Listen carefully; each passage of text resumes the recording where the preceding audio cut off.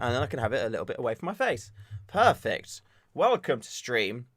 Welcome. We have kicked off. If you're watching this in the future, when it's on the YouTube channel, this is the part of the stream where we're just chilling and waiting for those to come in and enter so we can start the chat and chill and things like that. Yeah, it's good times. Good times. Well, hello, YouTube people. Hello, YouTube people. Oh, right. Let's see if the Discord announcement has kicked off. It has. Plop making it into chat first of all. Thank you much, Mr. Plop. Welcome. Nice. Or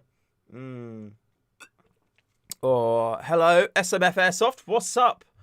How are you doing? Oh, I am a bit loud actually. I'll turn that down a bit. I peak when I test my audio. I'm never as super loud as it is, but then when I start peaking and getting like a lot louder just because I get excited. No, that's more bits on there. Are you gonna charge? That is charging. Camera goes to there. Oh, I'm good. I'm pretty all right, to be fair. It's been a good week. It's been a good week. Yeah, I've been doing some stuff. I put some shelves up today, so I'll show you those shelves. You can't actually see them at all in the shot, but they're actually things that I'm very, very happy about because essentially, you know, I haven't got a lot of room in here. It's quite small. My wingspan is probably about, I don't know, 6 inches short of like being able to touch wall to wall. So it's not the biggest space. So I've started to try and utilize the walls. This little foldy desk out here, for example, I don't want that to be out because when that's out, it makes the room feel so much smaller than it is. So this desk being out is ideally something I want to go down, but at the same time, the whole point of this desk is when I've got like teching to do or like building or something, that's where I want to do it, because if it gets dirty or messy or something like that, it's going to be there and not on my computer desk. But because I'm always like kind of trying to do lots of different things at different times, that usually doesn't end up happening as much as I would like to, because I'll be on here and I'll see what I need to like make, and then I'll start making it, and then I'll, you know, start finishing things off and stuff like that, and then all of a sudden I've just got crap all over my desk. So I need to try and use that more. I've got these two shelves still to put up. These two shelves are going to be going there, and then I'm going to be able to put stuff on those. But yeah, I still feel like I need to also order another. I need to do some more stuff in terms of just organizing where things are going to go. But I'm trying to make space. I'm trying to bin things and whatnot. So yeah. Did I order new pew pew gas for the 303? I did. I've got a neutral red and a neutral black coming. Hopefully they'll arrive Monday, Tuesday, so I can then go out and then do some tests. I've also had arrive these the nozzle set as well. My mate got these and then decided he didn't need them, so I bought them off him. So yeah, so I got this Novrich nozzle set here as well.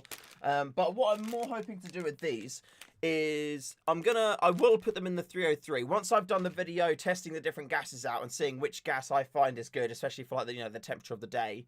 Then I will let you know, and then I'll put the different nozzles in and then see what results I get with these. However, I haven't even looked at these yet. I think there's just little reducer rings inside the nozzles themselves. What's this one here? So that doesn't say it's got any on it.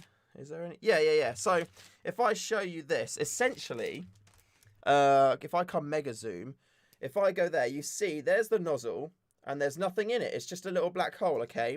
And then if I get another one and hold it next to it, you see this one has got a little kind of goldy ring in there.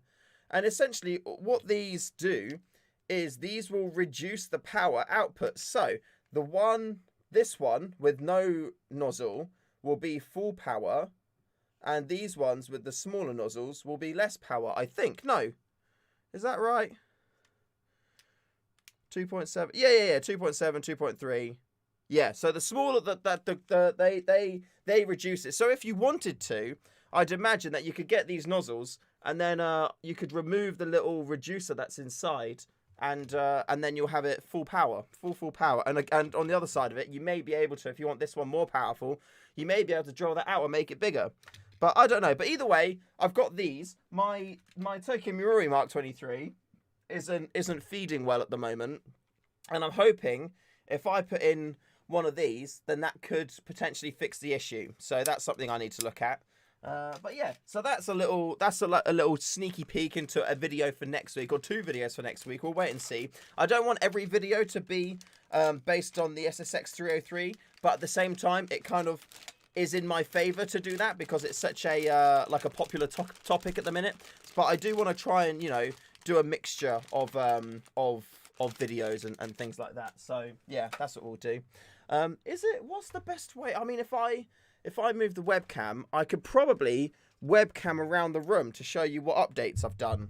Let's try and do that. Yeah. How do I... So he wants to come here.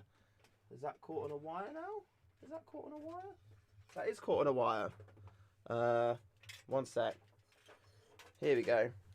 Boom. This is probably going to be terrifying, but if I do that... Oh, look at that. It does work. Hello. Oh, why is it so not in focus? If I come this... Oh, wow, look at that. So my nose is in focus there. Oh, okay, it's just very slow at focusing. There we go. Yes, hello Airsoft friends, by the way. I didn't say hello Airsoft friends. How's that? Why is it just focusing super close? Do I need to do an update to it? Hello? Are you going to focus? Oh, no, it is auto-focusing. It is auto-focusing. That's okay. Let me turn this one off. There we go. And look, so this is what I did today. So I mounted my SRS on the wall because I make a vertical wall mount for my SRS. If I go like that, you could probably see it more. So I mounted my SRS on the wall. There we go, like that. And then I put these 3 shelves up on top of my printers. So I also, what else did I print? I printed these rollers as well. So that's good. So essentially my plan is for each printer, I've got 2 sets of rollers. So I've got a black filament spool and a tan one. So if I need to make stuff in black or tan, it's ready to go. However, if I do need to do a different color, like green, or if I need to print in a different material like TPU, like you can see there, then I can quickly swap it off the spool and then go from there. So I don't know why there's some boxes on there. I just put this stuff everywhere. So yeah, so there's these 3 shelves that went up there. On the top I've got my that's some of my hydro dipping films. I've got more filament up on that side there because I ordered like 10 kilos of it because I never want to run out. And then I've got my Well MBO3 at the top. Then on this shelf down, I've got my SSG 96, my SSG 10A1, my AAPO1, and my TMG 18C. Then there's a Novrich scope on there too, and then all of my Novrich leaves as well. And then this is just purely all like 3D printy stuff. And then you've got material like tools, 3D printy tools as well. But that's pretty much, that's the new gun shelf. These stands as well, they're on the website too. So if you wanted to vertically mount your SRS, your M4, or to mount your pistols like that, those are on the website as well. So yeah, there's the AAP, all looking nice and fancy. There's the Glock there as well. And then that stand I've made up for the VSR too. So I'll probably put that on the website shortly, which is cool. And then yeah, I've got tools here, 3D printy tools. I've got a new space on the side down here, as you can see. So I don't know what to do there. This all still needs to be tidied up. These are all a bit messy. These are all on eBay now, so hopefully those will be got rid of. These are Tippmann CO2 magazines, so that's cool. So hopefully those will go. And then I put another shelf up here as well, and this is going to be, actually, most of these things I'm going to move over to there, because this is my, like, one of my kind of, like, worky, techie areas. As you can see, I've got my Dremel, I've got my drill, hot air gun, that's my soldering iron, and I've got, like, my Dremel bits and things like that. This area I want to change and make better too, because I want to have like a better BB storage. So for example, this bit here, this is a prize here for Patreon. So that's going to go away at the end of the month. That's going to be given away. I've got a spare scope here, so that's probably going to be a prize as well for the Patreon giveaway. There's a little pistol in there too. So a lot of that stuff can go. Some gases in there. That's Airsoft stuff. This is all packaging for orders, so I need to buy some more of those envelopes actually. But I've got 2 more shelves. You can see I'm not lacking in shelves.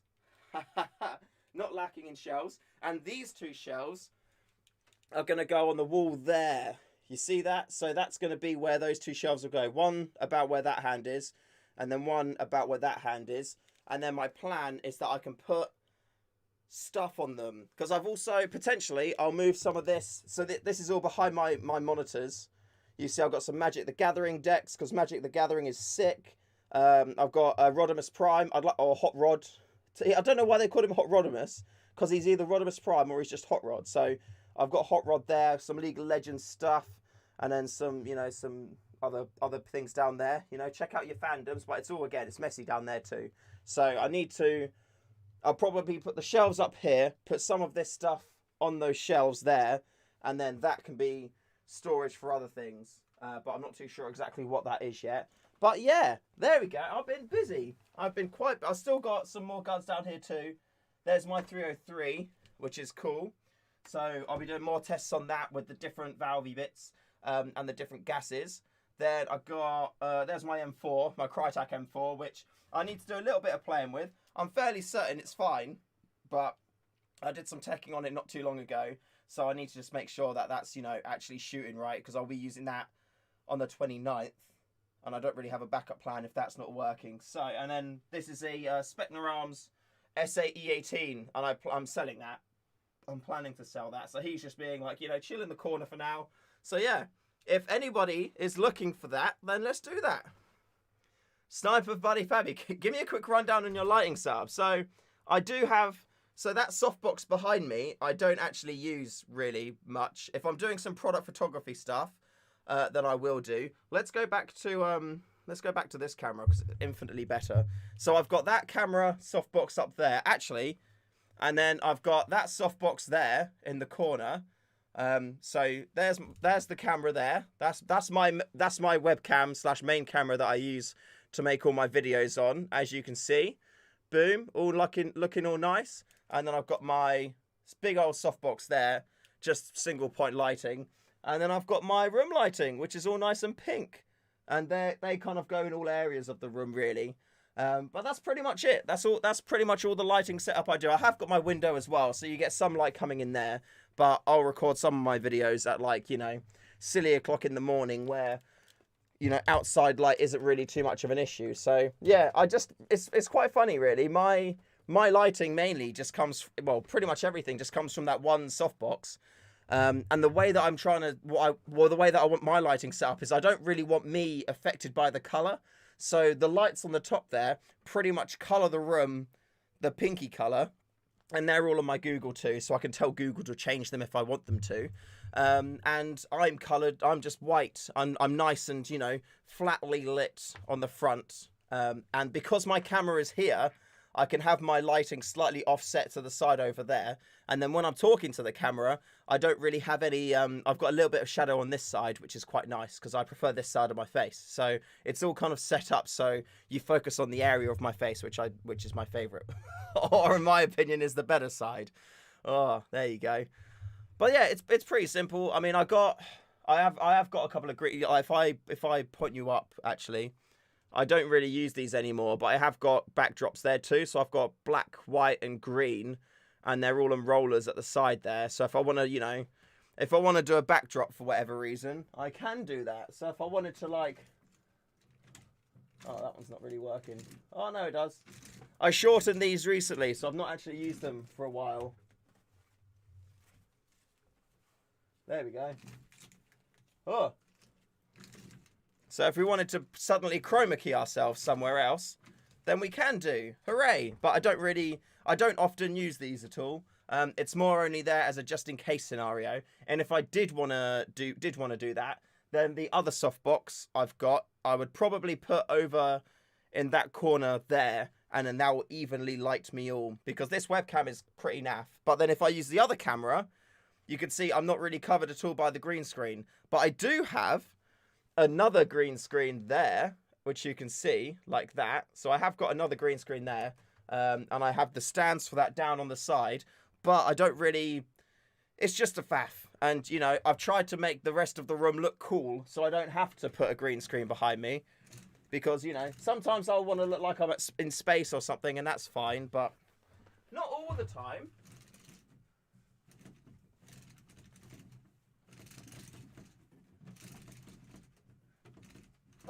There we go. Oh, what filaments do I use? So I use pretty much like PLA Plus for everything that I do. I find that it just like, it prints easy. It's very consistent. And I find that, you know, a lot of the times when you look online for testing and stuff, it actually outperforms like PETG and ABS. The only real areas where it doesn't really perform as well is like UV and, well, it prints at like a lower temperature too, so potentially heat stuff. But in my opinion, if you're leaving a 3D printed item in the car, unless you're printing something ridiculous, you know, high temps, then they're all going to be affected by heat anyway.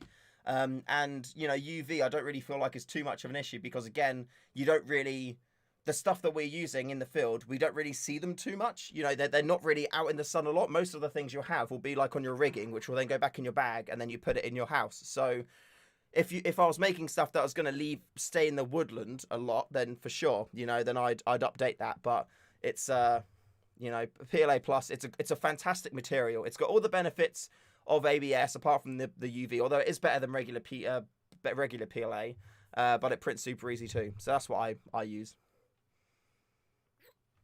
And I haven't had any complaints, so that's good. I mean, I see, you know, there's people you know, printing in like nylon and things like that. And to be fair, if I had a better setup, then, you know, I'd love to print in higher temperatures and, you know, print in fancy things like, you know, with carbon fiber and stuff like that. But at the same time, like I run all my machines could print that stuff, but having them print at a hotter temperature all the time, and those materials smell as well. PLA Plus, it doesn't really smell, and I need to do like a variety of different types of work in this room, you know. So I need to. It's not just I put a print on and then I go away and I leave it. I need to, you know, I sit in here, I design stuff, and sort out all my orders in here and things like that. So yeah, there's a lot of stuff to do. What's the setup? It's I've got two Ender 5 Pros, because there's the Ender 5 Plus and then there's the Ender 5 Pro. I got two Ender 5 Pros, if I remember correctly, and I've upgraded them both to direct drives. And have I done anything else? I'll put rubber feet on the bottom. One of the furthest printer does have a Octoprint on it. I've got a Raspberry Pi, so the further printer I do manage, you know, remotely as much as possible. Like I could literally put a print on now if I wanted to. I need to turn the printer on, but yeah, it's good stuff.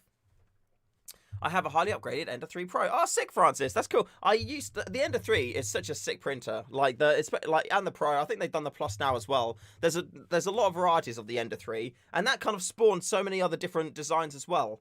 Like the first printer. So my missus got me into 3D printing. I'd been interested in it for a long time, but I didn't really feel like it was probably worth the investment for me. How wrong was I? So I never got myself a 3D printer. And then she got me one got me an Elegoo Mars resin printer for Christmas. And I just couldn't get that bastard to work. So we returned it. And in the end, I got a Creality CR20 Pro instead. And it was very, very good. I really enjoyed that. And that pretty much kicked off everything. But then I found that I know that the gantry system is very good. And I think looking back now, I probably could have like done a couple of modifications or upgrades to have made it work. But it also had the auto bed leveler thing on it, the little droppy sticky thing, and I could never get it to work well. In the end, I ended up manually leveling the bed using different layers of masking tape between the hotbed and the print surface. So it was a magnet top, so I moved them all about and whatnot. So I did that, and then it got to the point where I was like, you know what? I just want manual bed leveling. The BL Touch. I want manual bed leveling, and I want like a sturdier construction. So that's why I then went for the Ender 5, because it's still like a 390 quid.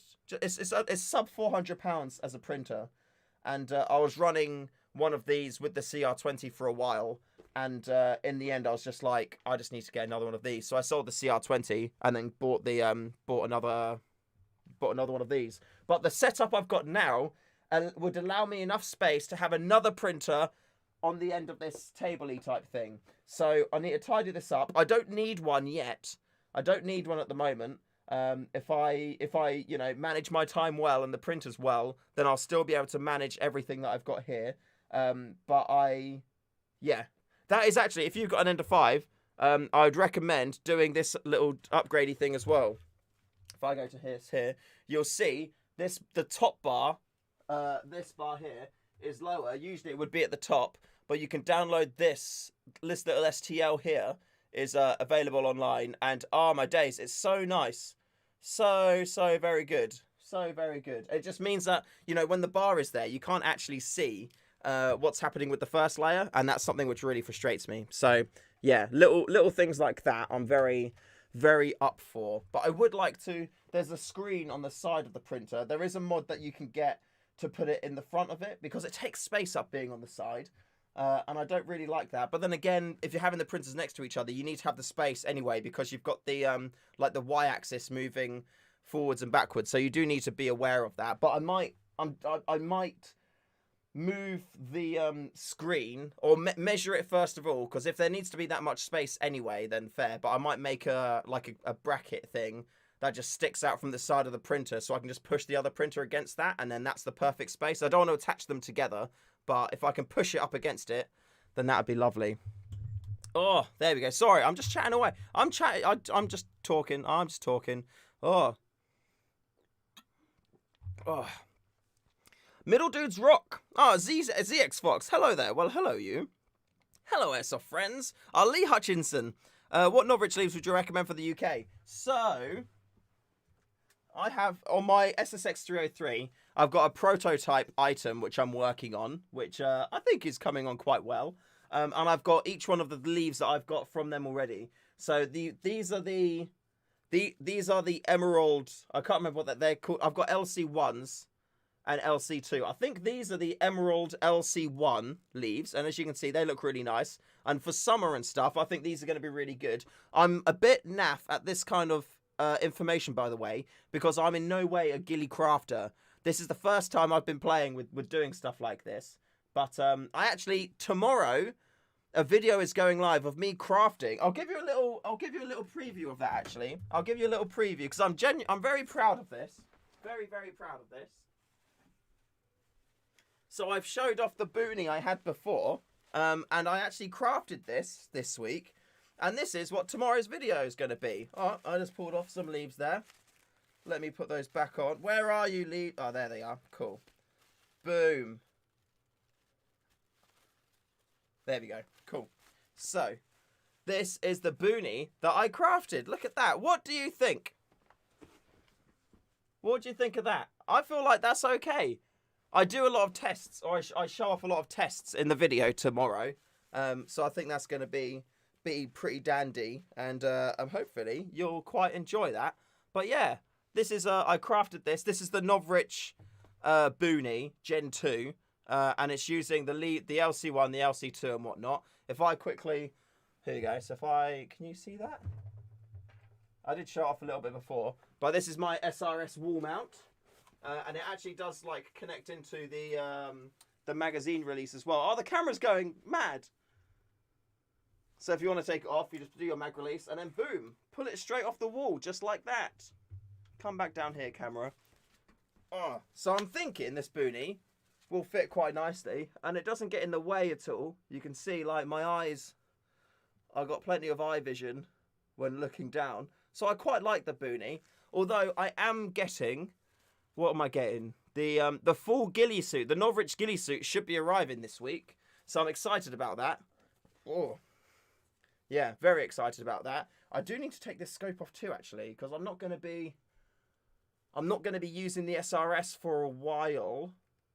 I'll leave it on for now. Let me just quickly put this back on the wall. Can I one-hand it? I can. Oh, that wall mat, look at that, just like that, boom, and it's straight back on the wall. I'm loving that. Oh, it's so good. Oh. There we go. Come back to me.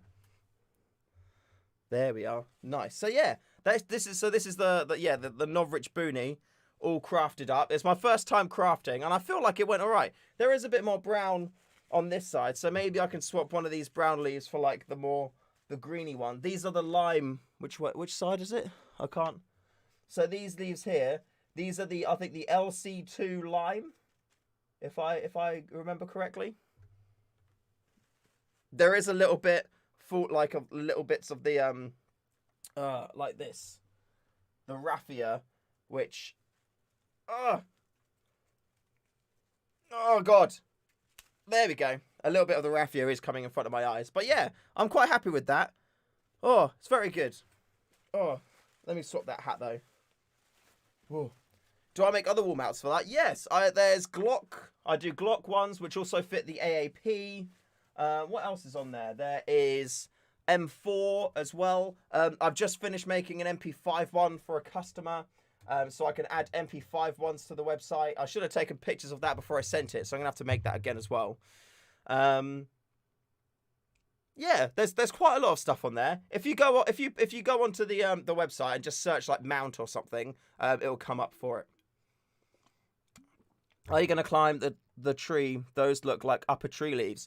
I'm not really a tree climber, but even like a lot of ghillie snipers will say that leaves are very good even when trying to imitate rocks and stuff. So yeah, just the general shape of them, they're quite natural. And if you've got like leaves that are kind of shaped or coloured, sorry, like rock around you, then you're gonna be like kind of cut hidden and stuff as well, which is very exciting. So I like that. Am I going to build a suit as well? Yes, Middle Dudes Rock Jake. I am going to build a suit too. It's coming this week, I believe, which is good because I'm playing. It's absolutely awesome. Not Monday tomorrow, but next Monday, I'm playing Airsoft, and I'm very excited about that. So I'm hoping to. At the minute, I do have the shoulder piece ghillie thingy. So you put your arms in it, it clips on the front, and then it goes all down the back. So your belly, your whole front and belly is completely ungillied up. It's just the back piece and your shoulders and that. So I have got that too. I'm not crafting that just yet though, because the full ghillie is coming. So what I'm going to do is I'm going to ghillie that up first with the leaves that I've got. And then, I mean, there's like 50 leaves in the box. You get so many leaves if you buy them. And they're only like, what, £15 a box? It's insane. Like, I feel like it's absolutely insane what you get for your money. So I'm going to wait for that to come though. And then I'm going to craft the full ghillie. I don't think I'm going to put too much on my legs though, because I'm a little bit cautious of my legs. I feel like are probably going to be more like hitting things, because if I'm like wading through, I don't know, like bushes and stuff like that, there's going to be more stuff wanting to rip it off. So I feel like my legs I'm going to leave. I'll probably put a bit more of like raffia on my legs to make them look a bit more, to help them blend a little bit. And there's like on there, there's like green. I've got green raffia. So again, this is the Novrich raffia that they sent across. There's two different variants of green. They're quite similar, to be fair, but there's two different variants of green. Then you've got the whiter one, which actually looks sick. I'm so happy with how that looked on the hat. Like if I grab it again, you see like literally that's what it is. And it makes it look like sticks and stuff all in the environment. So very, very happy with that. Very happy with that. And then there's a dark one as well, which does add a lot of character too. And again, looks like sticks. So I think I could probably add a little bit more of the black stuff. But I enjoyed the raffia. I really did. So I'm going to put more raffia on the ghillie when it comes. Probably focus more on ghillie on the leg, more on raffia on the legs as opposed to the upper. The upper I'm going to put like leaves and stuff all over it. So, but yeah, and you get seriously, I use barely anything on that hat, and it's pretty much done, and I got a ton left. So if you do buy any of this, oh my god, it's so much in there, so much, so much. So why riffs? I hear you say it. I understand what you're speaking about, but it's an odd word. It's just because YouTube is adverse to, you know, I've had streams which they've taken down. Novrich's announcement stream got taken down. So it's better to just kind of like, instead of having to go like toy guns all the time, we all know that they're riffs, and it's just a bit easier for me to just, you know, talk about riffs and whatnot. Because even back in February when I was testing out monetizing the channel, they even like highlighted areas where I said like guns, and they said you're not allowed to do that. So I'm just like, I can't be bothered with it. You know, you all know what I'm talking about. And if people don't know what a riff is and they ask, we can have a conversation and people can learn. And yeah, it's good because everybody who plays Airsoft should know what the word riff is, what it means and stuff like that. So yeah. Oh, I'm so happy with the shelves, man. Like, it does feel, I do feel a little bit like the room is a bit enclosed. But once I've got everything off this desk and that desk folds down, it's going to be a bit of a better place. So that's good. There is stuff underneath that desk which I need to find a home for. But one of the shelves I'm putting up there, I'm hoping that can be a decent home for it. Like I've got two full boxes of Haribo that need to go in there, because everybody who orders something from Project Airsoft gets Haribo as well. So if you want some sweets, just pop on the website and pick up something. Have I ever done a rope braid on raffia? I had some extra and tried it. It's really time consuming and good for when you're bored at home or at an event and trying to peel a little off and do it. I've done. Are you talking about like Cobra weave? Because I can Cobra weave, and I have Cobra weaved a fair bit with paracord. I've not tried to do it with raffia at all, just because it's so thin. I feel like you might as well, you're going to end up with something that's thinner than one piece of raffia anyway, so I'd probably just leave it, to be fair. Trippy! Hey, Trippy! Welcome to stream! Lovely to see ya. Welcome, welcome, welcome.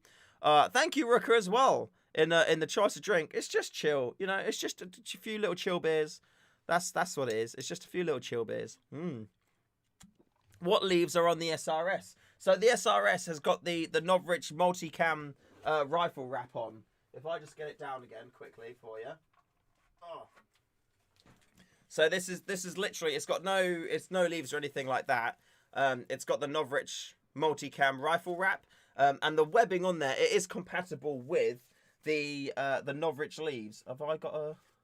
No, I've not got a leafy thing on that one there. So all you need to do is you could take the little sproggy things, put them in the holes, and then attach your leaves to it, and then boom, your rifle is hidden. So yeah, so that's good.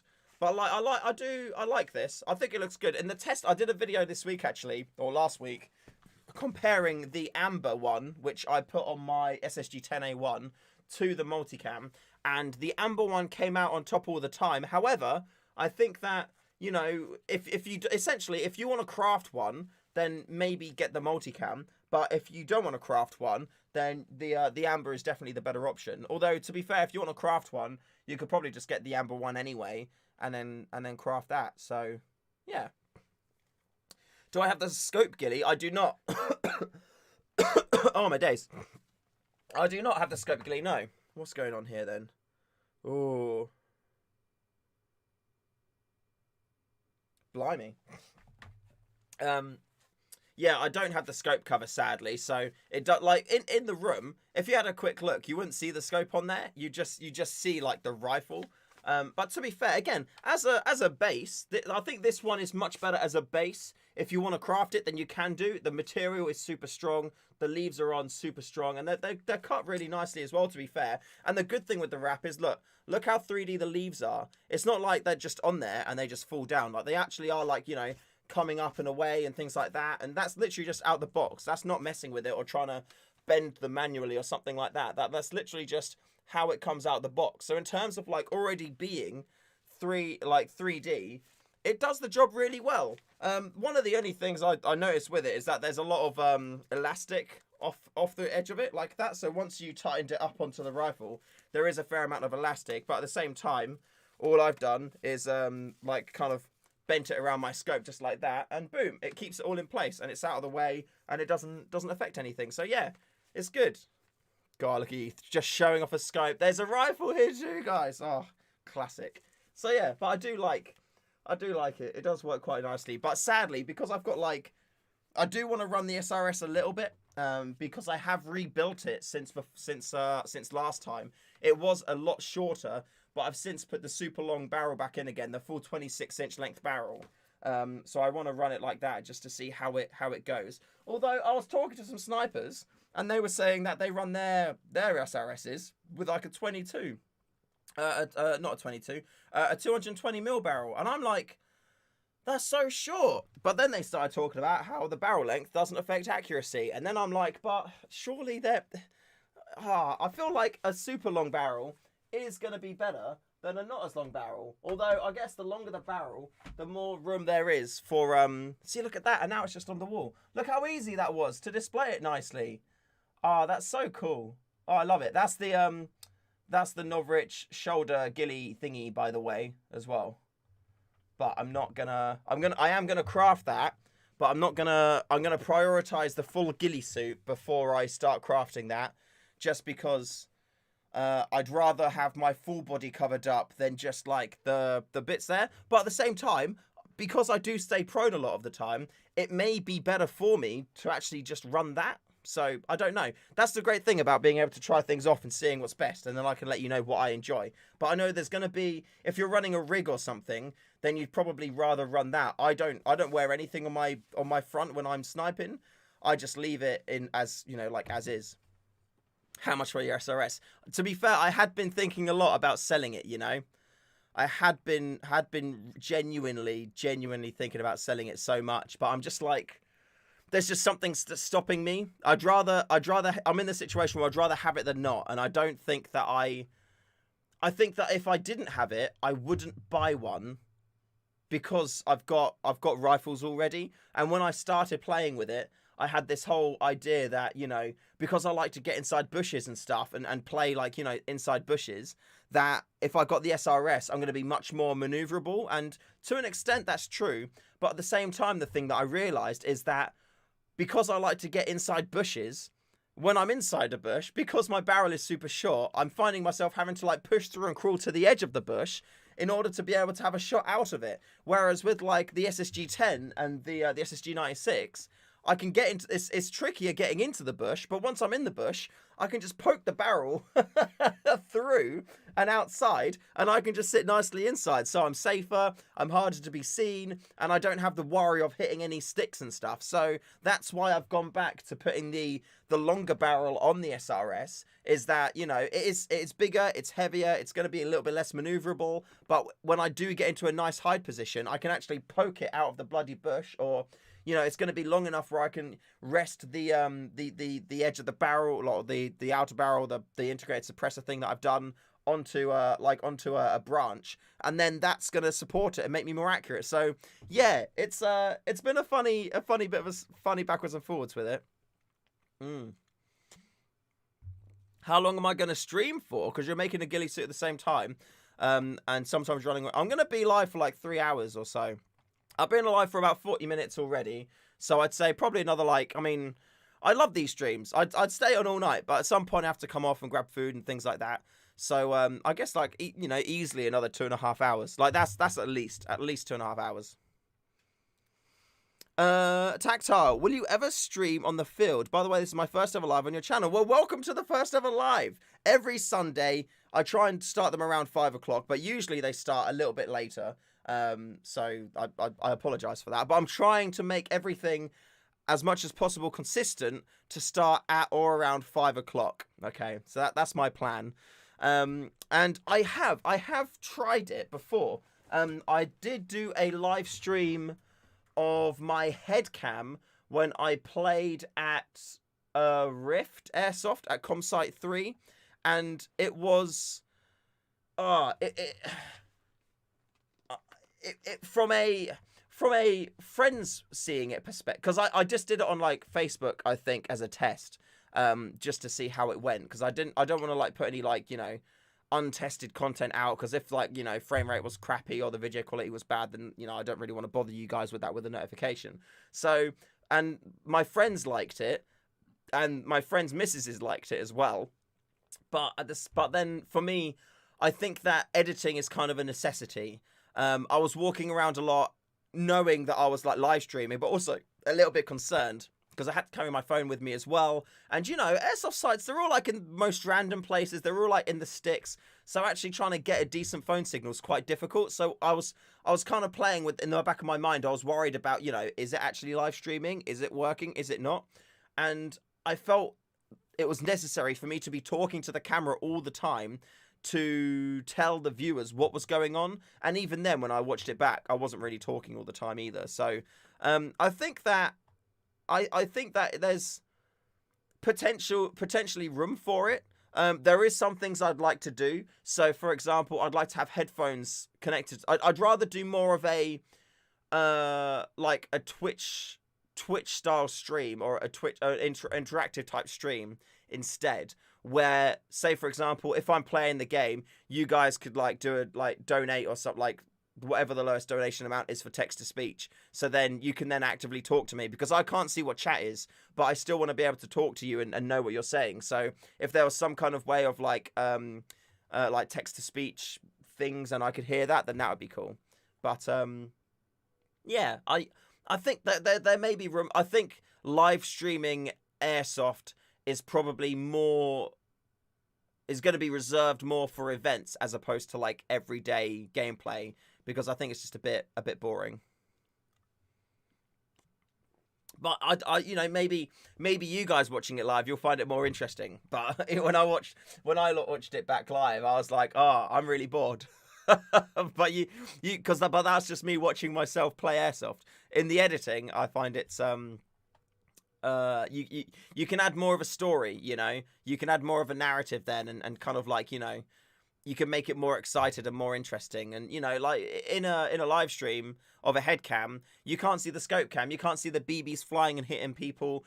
You just see me taking shots, and then I'll go, cool, hit a guy, next, where's the objective, and things like that. So I think there is room for it, but I think that there would probably, like, if what I would love to do is, say I've got my rifle here, what I would love to do is have some buttons mounted here. So while I'm actively playing the game, if I pressed like this button, it was essentially the same as having like a stream deck. Pressed a button there, it cuts to my head cam. Press the button there, it cuts to the scope cam. And then if I've got a face cam, I could press that button there and then have the face cam. And then at least that way, when I'm playing, I can run around, I can press the head cam button, look around like that. And if there's a guy, press the scope cam, and then you can look down the scope and you can see the guy. And then once I've taken the shot, I can go face cam and be like, oh, cool. Right, he's dead. All right, let's move on. And then press the button back to head cam, and then we can play. So that would be sick.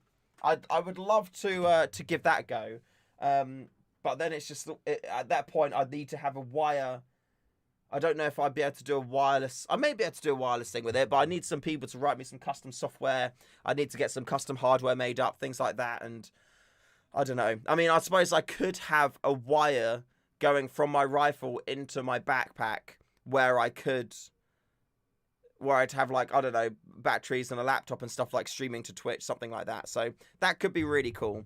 And I'd love to try something like that, but I don't have really the time at the moment to look into doing that kind of thing.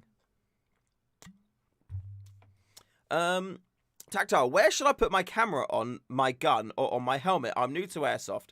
So, if you're new to Airsoft, I would recommend don't put a camera anywhere, okay? Don't worry about it. Because mate, I've been making videos like my entire life, yeah? And when I was like, I'm going to go Airsoft for the first time ever. I'm going to take my GoPro, and I did. And you know, I've literally got the first time ever I played. Let me see if I can find it, actually. Let me see if I can find some of the footage of the first time I ever played Airsoft ever. And then you can see like how terrible it is. But again, I'm happy that I've got it, because I've actually got my the first time I played Airsoft like on camera, which is sick. Where would that be?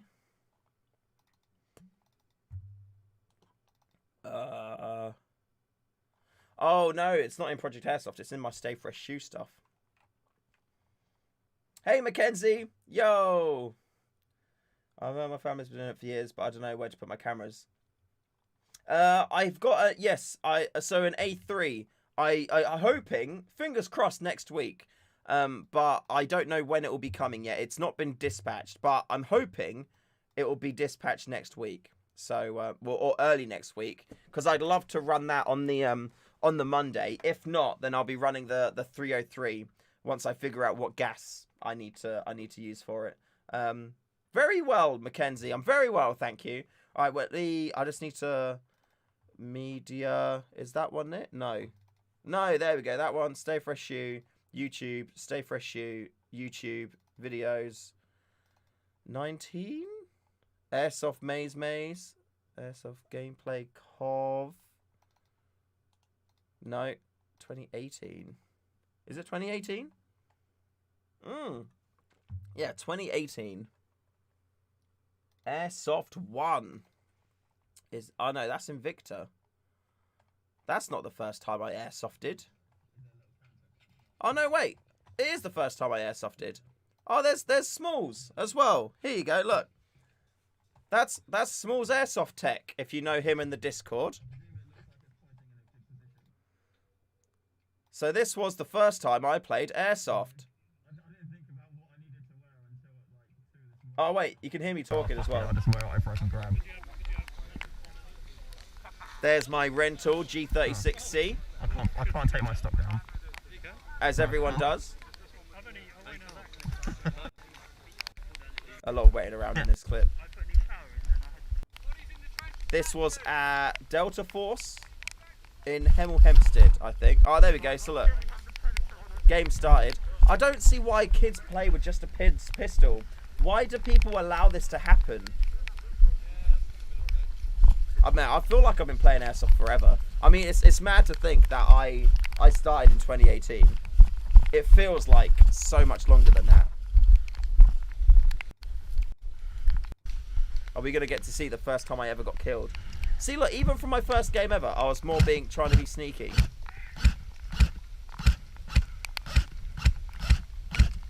Did I kill this guy?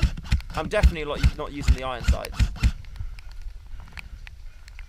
My God, how many shots did I take on that guy and I didn't kill him?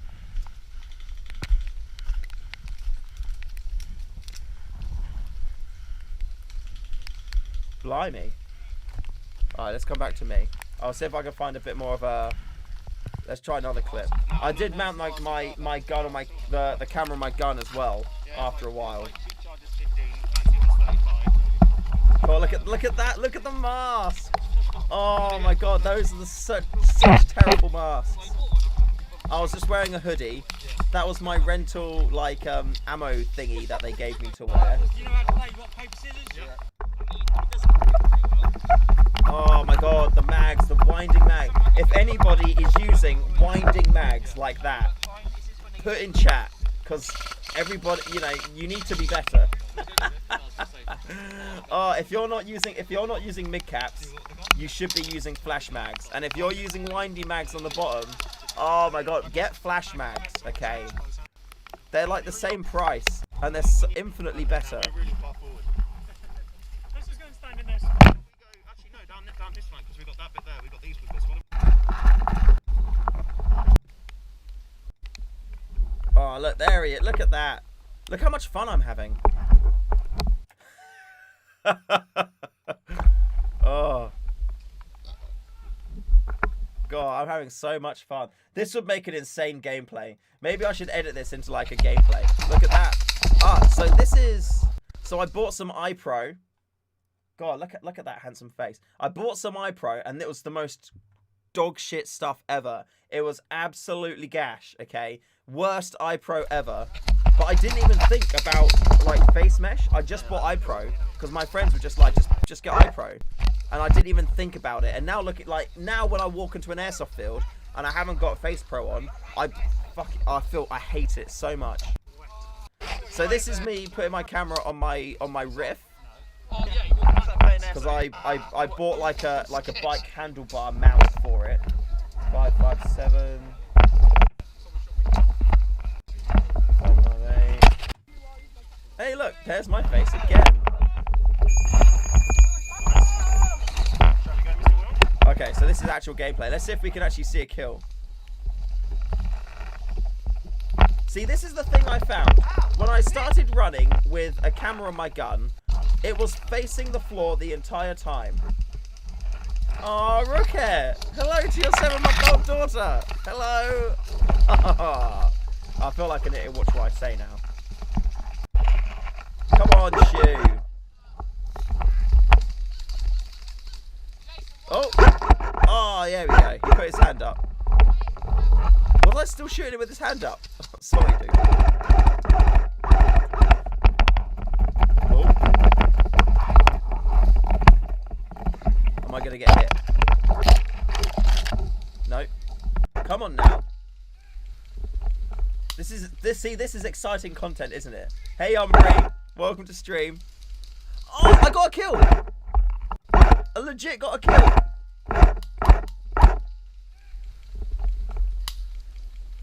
I think. Oh, I killed that guy. one of my first ever kills. Was this absolute? Yeah, it was the first time ever we went airsofting. Look, Smalls. There you are. Look how young you look. Yeah. Hello. Perfect. We have changed so much in our airsoft It looks careers, like it's haven't pointing we? in a good position. No, this was Delta Force Airsoft, wasn't it? It was Delta Force. This way. The whole gang hasn't been together again to play since then, really. Oh well, Josh. Everyone apart from Joshins. Was that Cat? I don't know. She'd be like, hee hee, I killed it. I did. I legit did. It was. I'm happy with that. The fact that I managed to do that at all is an impressive feat. Very, very impressive. But I'm happy I've got that. I'll definitely do a video on that. But I'd say, yeah, like when you first start playing, don't worry about having a camera on, okay? Because I did that, and I've got another gameplay where was it? That was at tactical airsoft, tactical warfare airsoft in Croydon, and I found myself playing not to enjoy airsoft and not to do what I thought was tactical, but I was playing trying to do stuff that I thought would look good on video. And that's not the mindset to have, because then you start doing random stuff, you push things you shouldn't push and things like that. So yeah, I would say definitely, I mean, you know, ultimately do what you want to do, but I would highly, highly recommend that you just, you know, don't worry about putting cameras on your gun. Learn how to play airsoft and learn how you want to play. Because if you're playing airsoft the whole time with cameras on your gun and you're playing with the mindset of what can I do to make something look cool, nah, it's not good. It's not good. Don't do that. Do not do that. Just get good. And then when you play, you'll just be doing cool stuff all the time. Also, hello, Hawk. Welcome to stream. Nice to see your cheeky little face in there. Hello, hello, hello, hello. Tactile. I just saw your comments and put it to sort by date. I've got everything is like organized in a way that makes sense, but at the same time, it's not necessarily organized in a way that makes sense. If that makes sense. Does that make sense? Find me an org mag that is a flash mag. All right, I'm gonna do that right now, but I'm not gonna do it on like. I'm not gonna show you it because when I did that before, YouTube took my stream down because they thought that I was like trying to sell stuff. So what is it? An org airsoft flash mag. So I'm just gonna Google it and see if I can find one, which is black. Oh no, that one's got a winding wheel on the bottom. Let's have a little look for these ones. That's not that. That's probably got a winding wheel, I imagine. Spring? No, there you go. Mid cap. There you go. You can get mid caps for it. 110 round mid caps. So that is a plus. Then there's battle axe mags. Again, mid cap on there. 80 rounders. So you can get 110 round ones. Waffle patterning for improved grip. How actions. All right. What I would say to you with your org, get an org to M4 adapter and then use M4 flash mags. And also then, if you run out of ammo, you can then borrow somebody's mag as well. And then you're well good in every single way. You're good in every single way. Hawk says, inspirational quote, get good. Seriously though, when I was doing rehearsals for a pantomime, it was a tour, it was a UK and Ireland tour. When we were doing rehearsals for that, and this has stuck with me my entire life, my director would tell me, we'd do a scene, and then his feedback would be, do it better. And I would go, okay. And I'd take that on board, and I'd think about what I could do to do it better, and then I'd do it. And then they'd give me, and then we'd go like more feedback, and then he'd probably say the same thing again, like do it better. And then I would. And then eventually we get to the point where the scene was good enough, and then we'd move on to another scene. So get good, or do it better, or be better is genuine feedback that you shouldn't shun. Genuinely take it on board and just think, what could I do to do better? You know, what could I do to improve this thing that I'm doing? Because, you know, there we go. Because you can do that. You have the power to do these things. You have the power to do that. So do that. You can do it. I believe in you. I believe you can do it. You won't find an AUG to M4 adapter either. I'll make one. I started making one. So I can finish that off. Where is it? Is that... Yeah. Yeah, I started making one. I've pretty much got one here. If I had an AUG, I could finish it off. But this was the... it does work, but this is an AUG, an Odin M4 speed loader adapter to AUG. So if you did have like an AUG mid cap, then you could do that. Bye Mr. A, bye Plop. I'll see you later. That's what so this was an AUG, an Odin speed loader to AUG adapter, which I was working on. So yeah, so if somebody gave me an AUG, then I could make one for you. I mean, I use an SRS to M4 mag adapter, so that's what I do. Maybe I should buy an AUG and then make stuff for it. Smalls, does Cam still have his AUG? Maybe I can just borrow that for a while. Sam Davidson, hey, I'm a new sub. Hey, thank you very much for subbing, Sam. Welcome to the channel. It's lovely to have you here. You are amongst Airsoft friends. Make sure you join the Discord, Sam.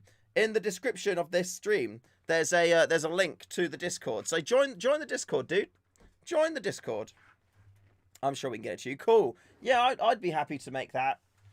I could make that. If that's something that doesn't exist, I can make that happen. I can do that and make it for you. Danny's like, nah. Danny's like, nah. He doesn't want to no longer have an excuse for not using using M4 mags in his AUG. I'm happy to remove that excuse. I'll remove it for you. You have a spare AUG body you can send me? Ah, interesting. Maybe we can chat about that. We can chat. Because making the adapters isn't too tricky. I don't think. Well, the SRS M4 one has come a long way, and I've learned a lot from that. So yeah, I don't see why it would be too much of an issue. Although the AUG mags, I know, yeah, they've got that little clippy bit, but I can just build that in. That's fine, easy. My only riff is an AUG, so I'd appreciate any mods / accessories. All right, well, let's see. Somebody get an AUG to me, and I'll make stuff for it, okay? I'll make stuff for it. That's a deal. That is a deal. Man, I'm so happy with how much the room has changed. The room has changed. It's so much better in here now, although I feel like it does need more light. Let's turn this softbox on as well. There we go. I feel like that's better. It's not really made a big difference, to be fair. It's made it a little bit less pink, but it's definitely brighter in here now, which is good. Oh, I've got, yeah, see, I know you, Danny. I sussed you out from the start. Yeah, the best mod for an AUG is an M4 upper with an M4 lower and a V2 gearbox. Oh, that'll sort you out. Man, I love 3D printing. The shelves that I put up, I wasn't too sure if I was going to be overloading them with weight, so I printed a bracket. Look at that, boom. But I don't feel like I've needed it at the moment. And I say that because the shelves are all still on the wall. So I kind of feel like I'll need this if the shelves fall off. Because I don't really want to I don't want to put this on if I don't need it. But I kind of feel like I'm spreading the weight more than I was originally planning to. So I feel like it's okay. And I think each shelf can yeah, well, yeah, this one is, this one's like a concrete wall. And I've used some medium duty wall plugs and screws wherever they are. Oh, they're not there anymore.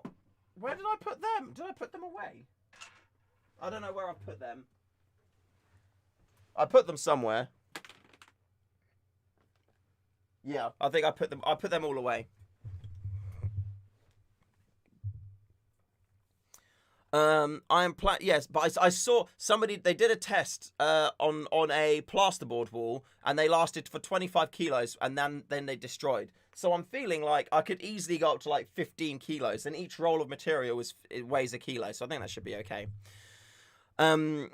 Frank, I am planning on getting a sniper. I have an M4, not sure to get the ASG Mark 23 first or the sniper. Well, do you already have a pistol? Because some sites, hey look, it's the cover for that. Some sites won't let you play with a sniper unless you have a pistol or a sidearm which you can use.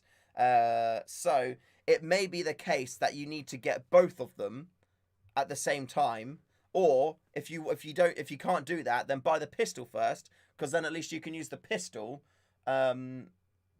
anyway with your M4 and get to learn how to use the pistol, and then buy the sniper later. But yeah, I'd say it's probably from a working angle. If you want to be do you want to be a sneaky sniper? Like, do you want to hide and stuff?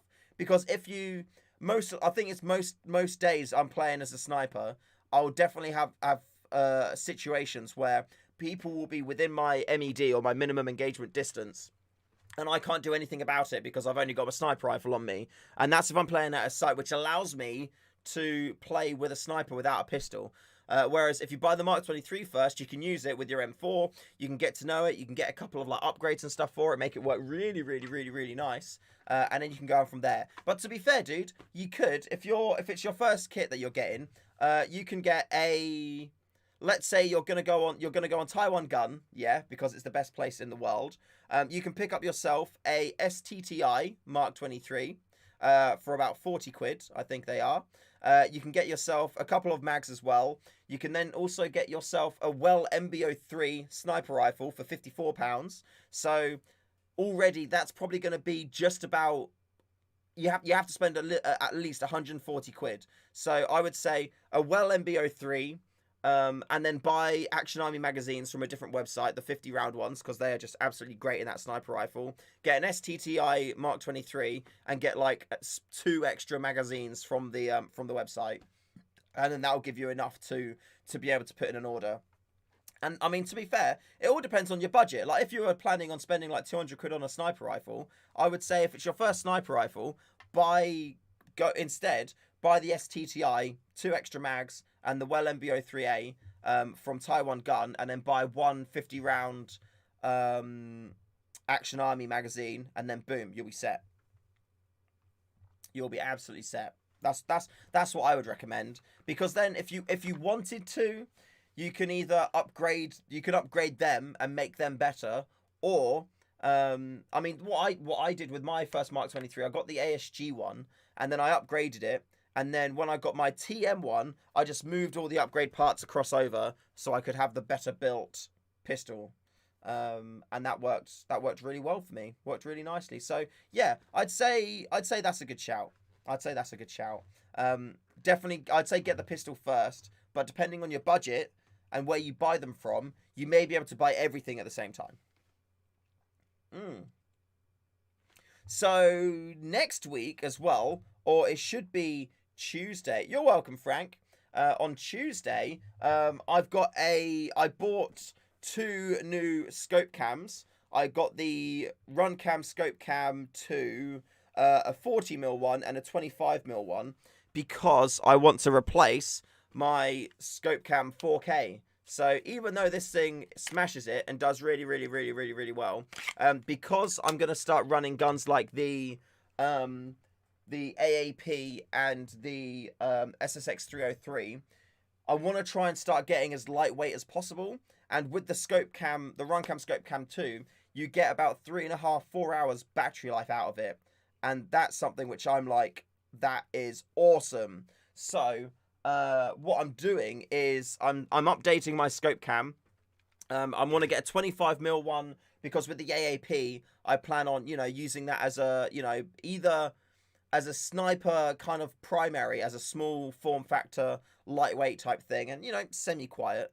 And I don't want to have to worry about battery packs and stuff on there too. And because that's going to be a bit more of a mid-range one, 25mm scope cam on that one, and then the 40mm scope cam is going to be like the standard sniper scope cam. And with the ROM-Cam 2 over the ROM-Cam scope and the scope cam 2 over the 4K, it's got like IP64 certified waterproofness, so you don't have to worry about like water, dirt, dust, things like that. It's got a full CNC machined body, so it's stronger, tougher, and then the battery life as well. So it's quite cool. It's good.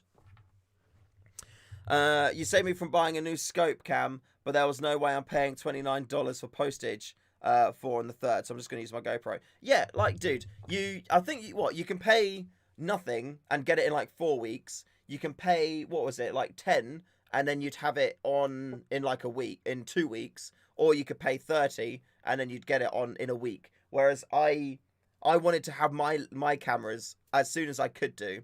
And because, you know, buying them in the UK anyway, you're paying a lot more money. So it was like £100 to buy them directly from RunCam in like Hong Kong.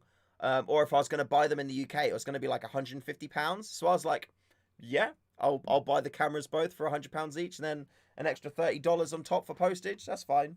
So it was like 225 pounds in total, I think it was, for both cameras and postage. So that's cool. You'll run a scope cam on the 29th. I mean, dude, if you want to, I'm gonna charge them all up. So that's all cool. The thing about the 29th is it's gonna become night games very, very quickly. I mean, it's 6:30 now. You definitely wouldn't be able to run a regular camera on there anymore. So I feel like we're probably going to have maybe like 2 hours worth of filming time before it gets a bit too dark. Maybe, yeah, about 2 hours max filming time before it gets too dark. So yeah, it should be good. I've got what, a load of blah blah blah. I've got a load of tracer BBs coming as well, which I'm looking forward to.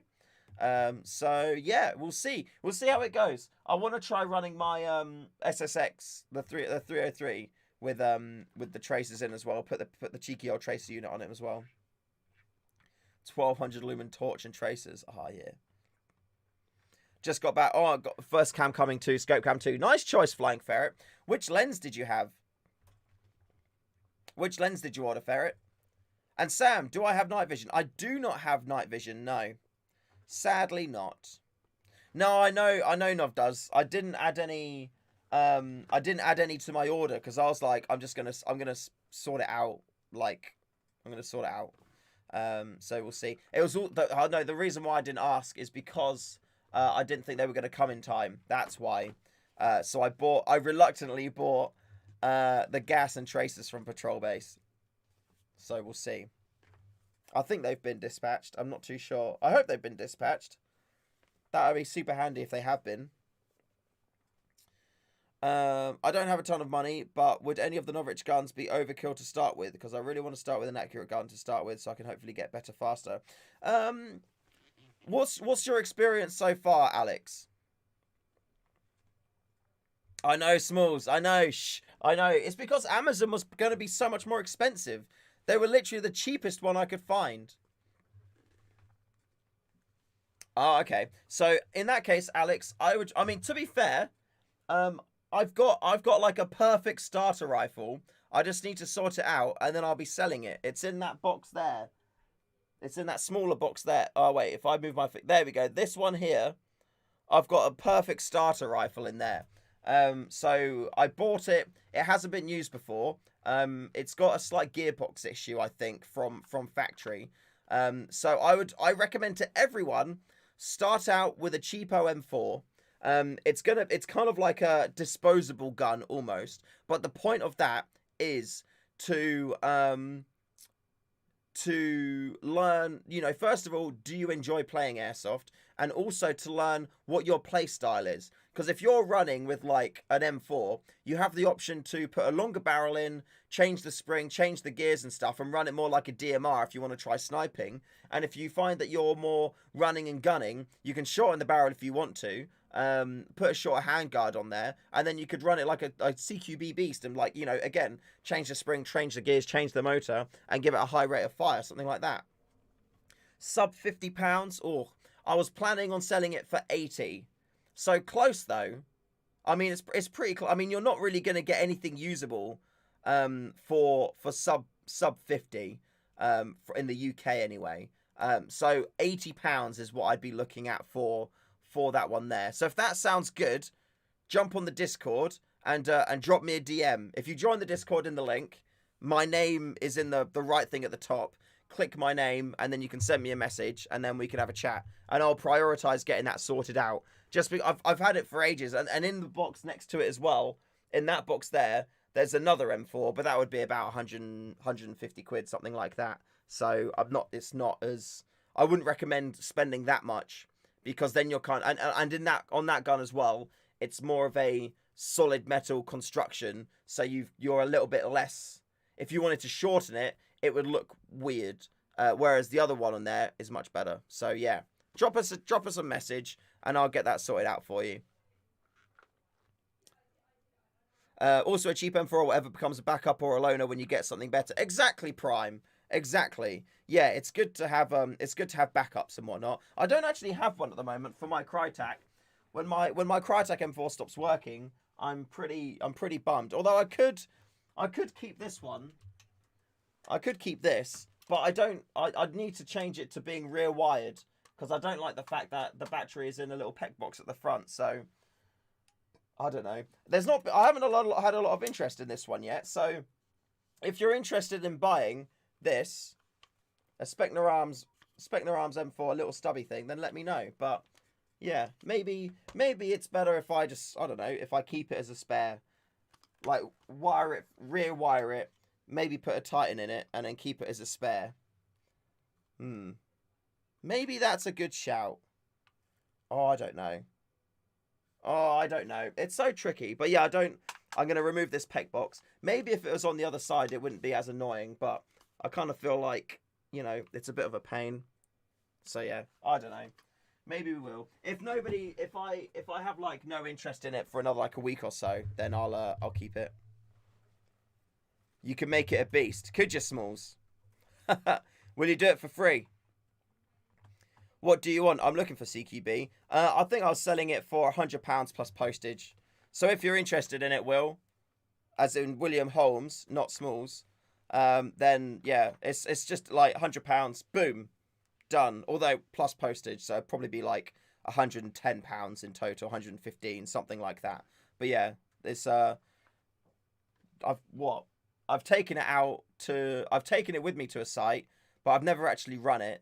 I bought it in the boneyard, so yeah. Drop me a message, Will, yeah, we'll go from there. But like I said, I can get it sent out, like literally, if you wanted it, I could send it out tomorrow for you. Have I ever played at Rift Airsoft The Village from Francis? I have not played there. No. I've only played Rift at ComSite 3. And it was okay. It was okay. I wasn't a huge fan. It didn't make me want to rush back there to play again anytime soon. But you know, at a push, I wouldn't be adverse completely to going there again. Mark 23, STTI or ASG. Between the two, I would say ASG over STTI. From what I hear, they're pretty much the same, and I would like to do a comparison, but again, I just don't really have the funds to buy both pistols and look at them. But they are pretty much the same from what I hear. They both use green gas, and the type of green gas depends. So the most common green gas you'll find is this stuff here, Neutral 2.0. This is like the super common gas that you'll find for pretty much every single pistol out there. You got your nozzle in the end, you poke that into your guns, and then boom, you're off to the races. But in these kind of temperatures, because it's quite cold, there's a red version, and there's also a black one, which are higher pressure. So at the moment, I'm gonna be doing a retest on my 303 to see what the FPS will be like, you know, outside, because at the minute It's perfect when I'm in here. It's literally on the nose of 1.8 joules, 1.9 joules, and the limit is 1.88 for DMRs or 450 FPS and 0.2 gram BBs. So yeah, it's perfect in my room here. So in summer, I expect it's going to be perfect. But if I can get the FPS closer, I literally, going outside and using it versus in here, I lose an entire joule of power, which is absolutely insane. So yeah, that's what we're going to be doing. Danny Mac, how come you aren't keen on ComSite 3? The briefing was really, really, really, really long. And I found that they seem to kind of like, they're the cause. So like the staff seem to be the cause for the day going slowly. Like they'll start a little bit late, the brief will go on for a long time, and then the rest of the day it feels like the staff are trying to play catch up, and they'll try and they'll be like, quick turnaround, go, go, go, quickly, go, go, go, right, get back into the field, come on, the game is starting now, okay, the game is over, quickly, go, bomb up, get gas, come back out, and I'm just there like, you're rushing me. Why? I mean, why are you rushing me? Just like, stop making me feel like I've been a factor in wasting time in the day when we've been sat around for bloody ages waiting for you guys to tell us what you want us to do. So yeah, it's that's what I would say. Like, the site was okay. I guess once I played it a few more times, I'd get used to it a bit more and know what I can do. I think the day that we played, the teams weren't super balanced, so that probably could have been a bit better. And yeah, the briefing was just so long. Oh my days! It was like, I was told beforehand it was going to be long, but it was so very, very long. So yeah, that's what I would say. I think the food was also a bit expensive as well, but I can't remember if that was the case or not. I thought it was a bit expensive. And the shop, although the shop was good in the sense that it had a shit ton of guns, a lot of riffs there. It had a shit ton of riffs, but I didn't really feel like it had as many accessories or, you know, different types of BBs or gas or, you know, more of the little knickknacks that you would need on a game day versus buying a new riff. Like, if you want to get a new riff, great, perfect shop for that. But it didn't really seem to have as many, you know, knick-knack things that I'd be interested in. You know, things that I can either bolt onto my riff or stuff like that. So, oh.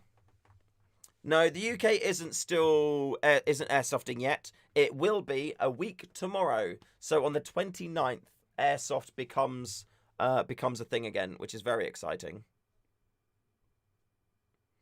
Smalls, I agree on ComSite 3. They're adding a lot to the site, but they need to work on the schedule. Yeah, that's pretty much it. It's more really like the running of the day that I have issue with, just because they're quite slow at it, to be honest. And yeah, they then don't, you know, they could say to people, would you like 20 minutes less of a lunch so we can get more games going again? And I'm sure everyone would go, yes, please, because, you know, half an hour into lunch being done, everyone's ready to you know, pretty much go into the field again. So I think if they were to say that, then that would be good. Rob, salt into the wounds. Wales, no idea when we'll be back. You say that, but I saw a post today on a Facebook group where somebody put a picture of people playing Airsoft at a site in Cardiff in Wales.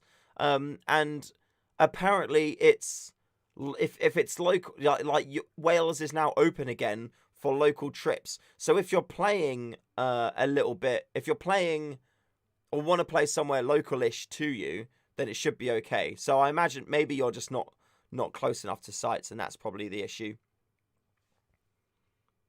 Sup Mustang, hello. Welcome to stream. Best Airsoft briefings in the UK, Humber. They take 5 minutes max, no flush, no stale jokes. Yeah, straight to the point, and the marshals are all on point during the games. That's cool. I'd like to play Humber. Yeah, I'd really like to play Humber. It looks sick. It does look like a really, really, really good site to play at. But yeah, that's nice to, it's good to know. I mean, it's when you play at a site regularly and they make the same jokes again and again and again and again, it's a little bit like, okay, it was funny the first time, but can you just like get the briefing done now, please? So yeah, no, I get that. Oh. What sling do I run from Sam? I don't actually run a sling. I've tried, I think, 2 or 3 different times in the past to run a sling because in my head I'm like, it's so good. I can just I can sling my rifle on my back and I can just run around and not worry about anything. But the problem with it is that when it's on my back, if I'm trying to crawl through trees and bushes and stuff, my rifle gets caught on everything, you know. And if my rifle's in my hand, it still gets caught on stuff, but I can at least like poke it through and maneuver it through the bush and like kind of throw it forward and get it out the way. And then I can then, you know, kind of crawl up and follow it. And if my rifle's in my hands versus being slung, I'm always ready to, you know, point it at people and then engage. So I would, yeah, I have tried slinging my rifle a few different times, but I wouldn't, you know, it doesn't fit in with me these days at all. Yeah. So I would like to. I did buy again every now and again. I do try a sling again just to see, and it always ends up being a bit of a waste of money. What's that? That can go in the bin. Yeah, it always ends up being a bit of a waste of money. Also looking at who is playing and if it's all veterans, briefing should start be short and on point. But if newer players need it explained solely. Sad. Yeah, I mean, to be fair, what I would do is if you've got rentals, the rentals should get their own little briefing away from everyone else. And then if you've got, I mean, it's only really if a rule is changed where regulars need to be told what the rule is. So if you're getting ready to do the briefing, then you could say, right, who's a regular? Okay, cool. Go away. And if you haven't played at the site before, then you get the full briefing. But I'd imagine there must be something in the insurance, which is at the start of every game day, there's a safety briefing which runs through all of the rules and instructions. Because if somebody then was to get hurt, for example, and there wasn't a briefing on the day, then the site could have breached their insurance. So I imagine there's something there. But you know, it's just I'd rather it be more of a rentals and people who haven't played at the site before go to a brief, and then all the regulars or people who have played there before then go, right, you guys will come up now. But I guess it's just confusion causing at that point. If everyone goes at the same time, it's easier for the site just to know that everybody is there. That'd be cool. But I know there is a couple of sites I go to that brief the rentals separately.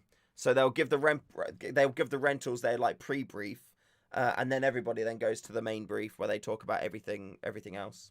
So that'd be that, yeah. So there is here and there. Briefing at Anzio is like a lecture. I'm not looking forward to that. Definitely not looking forward to that. Oh, my dude.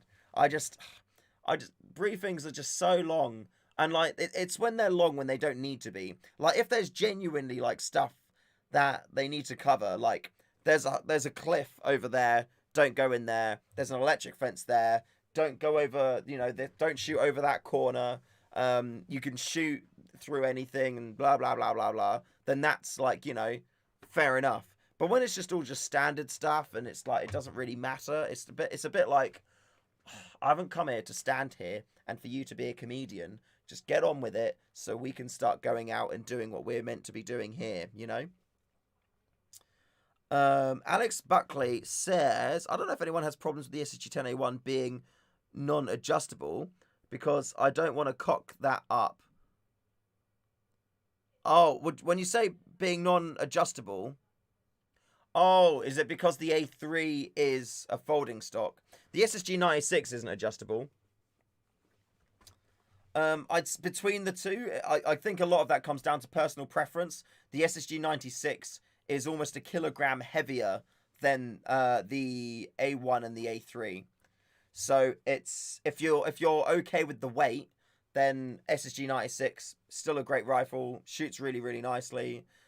There's a little bit of a like nuance to cocking it, which I found if you've cocked other bolt action snipers before in the past, or even if you haven't and you start cocking it the wrong way, I would say, then you'll probably find that you have issues with it. Whereas once I did a video on how to cock your rifle the best way, so you could watch that and that could help. But yeah, if you're planning on doing some filming down the line, I'd probably nudge you away from the SSG 96 because it's a heavy rifle on its own, and then when you add a scope onto it, it gets heavier, and then when you add cameras onto it and battery packs, if you have battery packs, it then gets even heavier.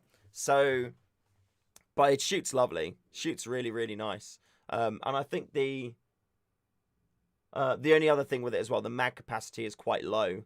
The best way of handling that, I found, without buying the Action Army magazines, was I had the buttstock. I've got like a buttstock pouchy thing on there as well, and I'd have one mag in there full of BB, like one spare mag full of BBs, and then a speed loader full. And then if I was in a situation where I had the time, I'd just take the mag out that was empty, use the speed loader, and then carry on playing. But if I was in a situation where I didn't have the time to do that, or if I had to be quieter or not move as much, then I'd just take the magazine that was full of BBs in the pouch and then use that instead. I took the cheek rest off my weird plastic thing. Oh, really? I found that my cheek rests on it quite nicely, so I left it on and use it all the time. You know, the site safety brief is going to be way too long when you spot locals rocking up with folding deck chairs. Oh, my deck, really? Oh, was that at Anzio? Because if that is the case, then that's, like, insane. Like one of those little three-legged stool things, like the little camping chairs, which you can just, like, undo. I'll play in a die mask, so it's in the way. Okay, yeah, that's fair enough. How many risers do you need to use for your scope? Because I used to have a die mask. I tried the die i4 and the i5, and they're okay. But instead of fogging up, I would just start getting condensation on there, or not condensation. Sweat droplets would then just start going on the lens. So it's not that it was even fogging up at that point. It wasn't fogging up at all. It was just my pure sweat was now just like grouping on the thing, and it was just sweating going down, so I had to take it off. Lizard Tactical, hello. Welcome to stream, dude. Nice to have you. Welcome to the stream. How are you doing? Wear a headband. Potentially that's the answer. I don't have any of those masks anymore. I actually returned them after arguing with which one was it? It was like BZ Paintball. I was arguing with them for so long about it because I bought it online. So I had the 14-day distance selling act anyway, where I should have been able to return it within 14 days anyway, and they would have to accept it, and they were refusing that.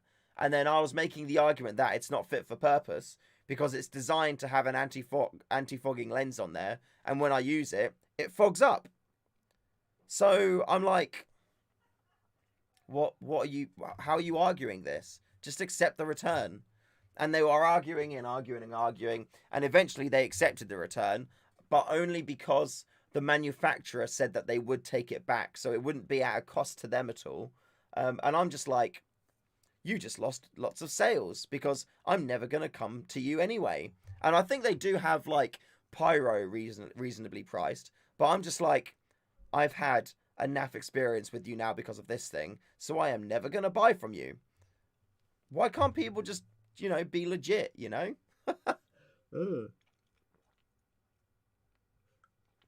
Everybody in the world benefits when people are just legit about everything. I feel like that's something that people don't really realize. If everyone is just a good person to everyone else, everybody benefits from that. So let's just all be good. Let's just all be good to each other. Can't wait for Phoenix. Now, seriously, that weekend, the 3rd, the 4th, and the 5th is going to be banger. Really, really excited for it. Really looking forward to it. I think I'm booked for all 4 weekends now, actually. I'm fairly certain I've got game days booked in every single, like, for the first 4 weekends anyway. Well, I've got the Monday at Mayhem. The weekend, the 11th, yeah, Reforge. Oh, yeah, we need to book that when that opens up. 25th. Oh, no, I don't think that's one. So, yeah, so much Airsoft. So much Airsoft. Rooker, BZ's my local store. Never had any issues with your airsoft and paintball. I'm happy with that. I've heard that I've got some other mates that use them all the time, and they're like friends with the owners, and everything goes all well and smoothly. But I was just like, why are they being naff to me then? I didn't understand it, and I was like, on the phone to them, I'd like email threads going, and it was only eventually where they were just like, oh, okay. I think they're all sold out now, Smalls. I think they're fully booked for this weekend. Let me look anyway, and I'll see. So there's only third there. That weekend's fully booked. The 3rd and the 4th are fully booked. Only Monday is left. So we'll have to go again. Smalls. I mean, if you want to come up for the Monday, then defo. It's going to be like a 3-hour drive each way. I don't know. For you, it'll be less. Something like that. But there's places open for Monday the 5th. So if you want to play that, we can do. It's a very, very good site. Very, very good site. You have to pre-sign up for game days. Pretty much, yeah. Especially at the moment you do. Just because as soon as the news came out that everything was like okay and opening again, people went mad. Alright, dude, I'll talk to you. No, I'm so excited to get back in the field. If I'm shit, though, I'm going to be well sad. Spent all this time waiting to play Airsoft again, and if I don't actually, like, do really, really, really well, I'm going to be sad. Absolutely sad. I saw, Lizard, you asking about dye masks. They're the best mask. I mean, I can't use them because I make them sweaty, but they're the best mask that I have used in the past. The one that's worked probably the most in the past. And I've got mates that use them and swear by them. So I think I've got like four or five mates that run them. And if I could run one, I'd much prefer it because the feeling of safety you have wearing them, it's so nice. And it's good that you just have to put this one thing on and that's all your pro like on. You don't have to worry about putting a hat on and then eye pro and face pro as well. You just put this one thing on and everything is safe. And it's great. I love it. Really, really, really, really, really good. So yeah, if you are looking for like a face mask type option, then I would say that the dye masks are the better things out there. In terms of how they work with like scopes and sights and stuff, it's a little bit. I mean, you'll have to work out the best way, or whatever the best way is that works for you. To be honest, yeah.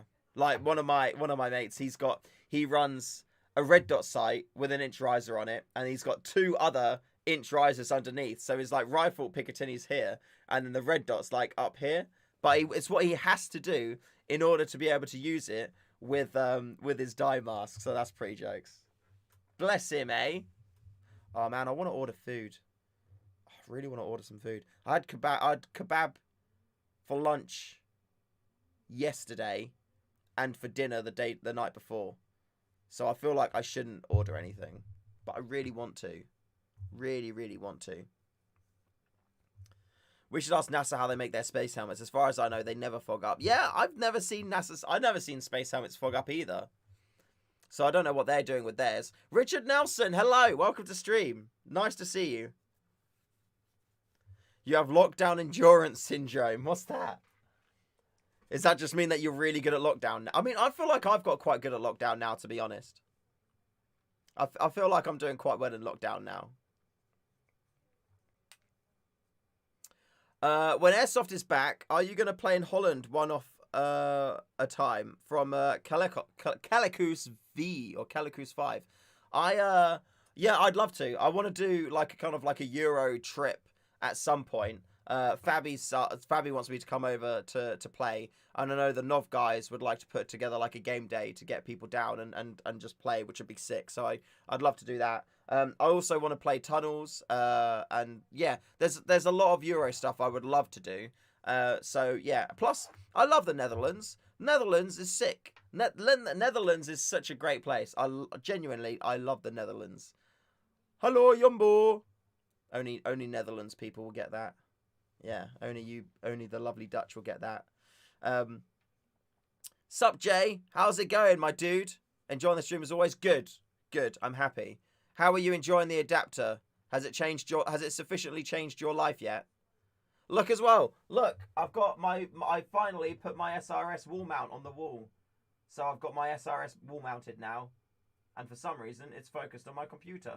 Don't focus on the computer. And I've got shelves now too. Look. Shelves. Hooray. Yum, yum, yum. Oh, there we go. I do love a good shelf.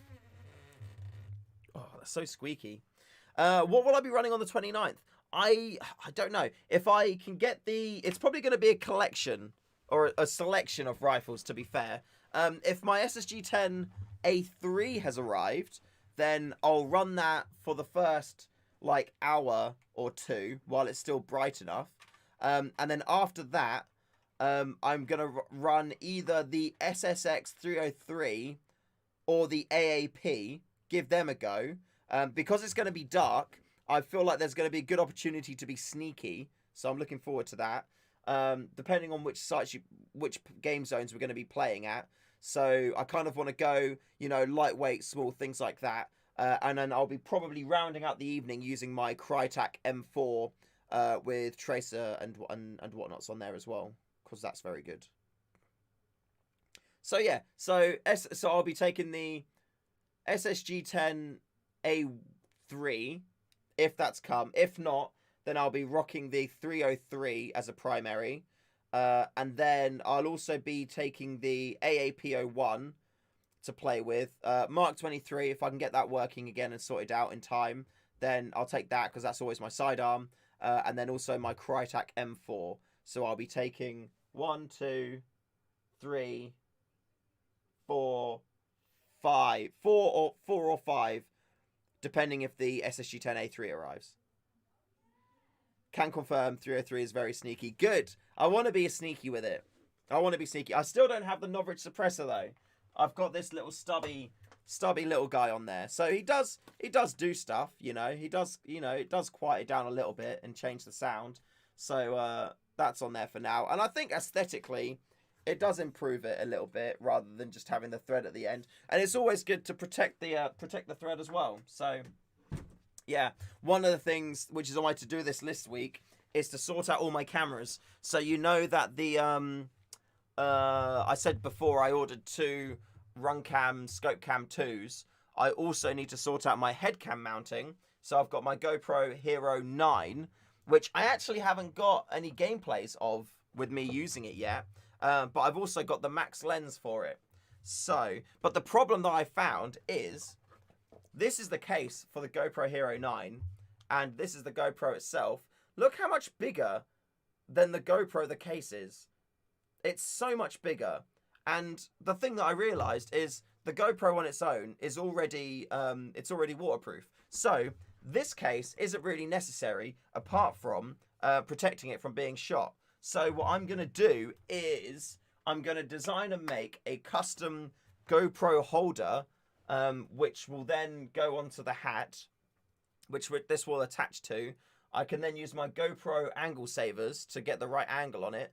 And then I'm going to make a clip-on shell on the top, similar to this, which I'm then going to paint and craft and stick leaves on it to make it hidden. So I need to make that for this, and that needs to get done this week. And then for my front camera, I'm actually going to try and start using my GoPro Max, this 360 camera, because I haven't actually used it yet. So again, this metal case I'm not going to use. I'm going to design my own mount for it, and I think I'm going to mount it like a bit of an angle like that on that way. One of those, I think this way, mount it a little bit like that.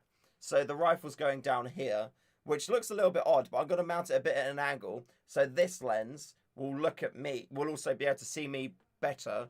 And then I'll be able to have a 360 view of everything. And again, I think the Max is waterproof out the box. So I don't really need to worry for it. So yeah.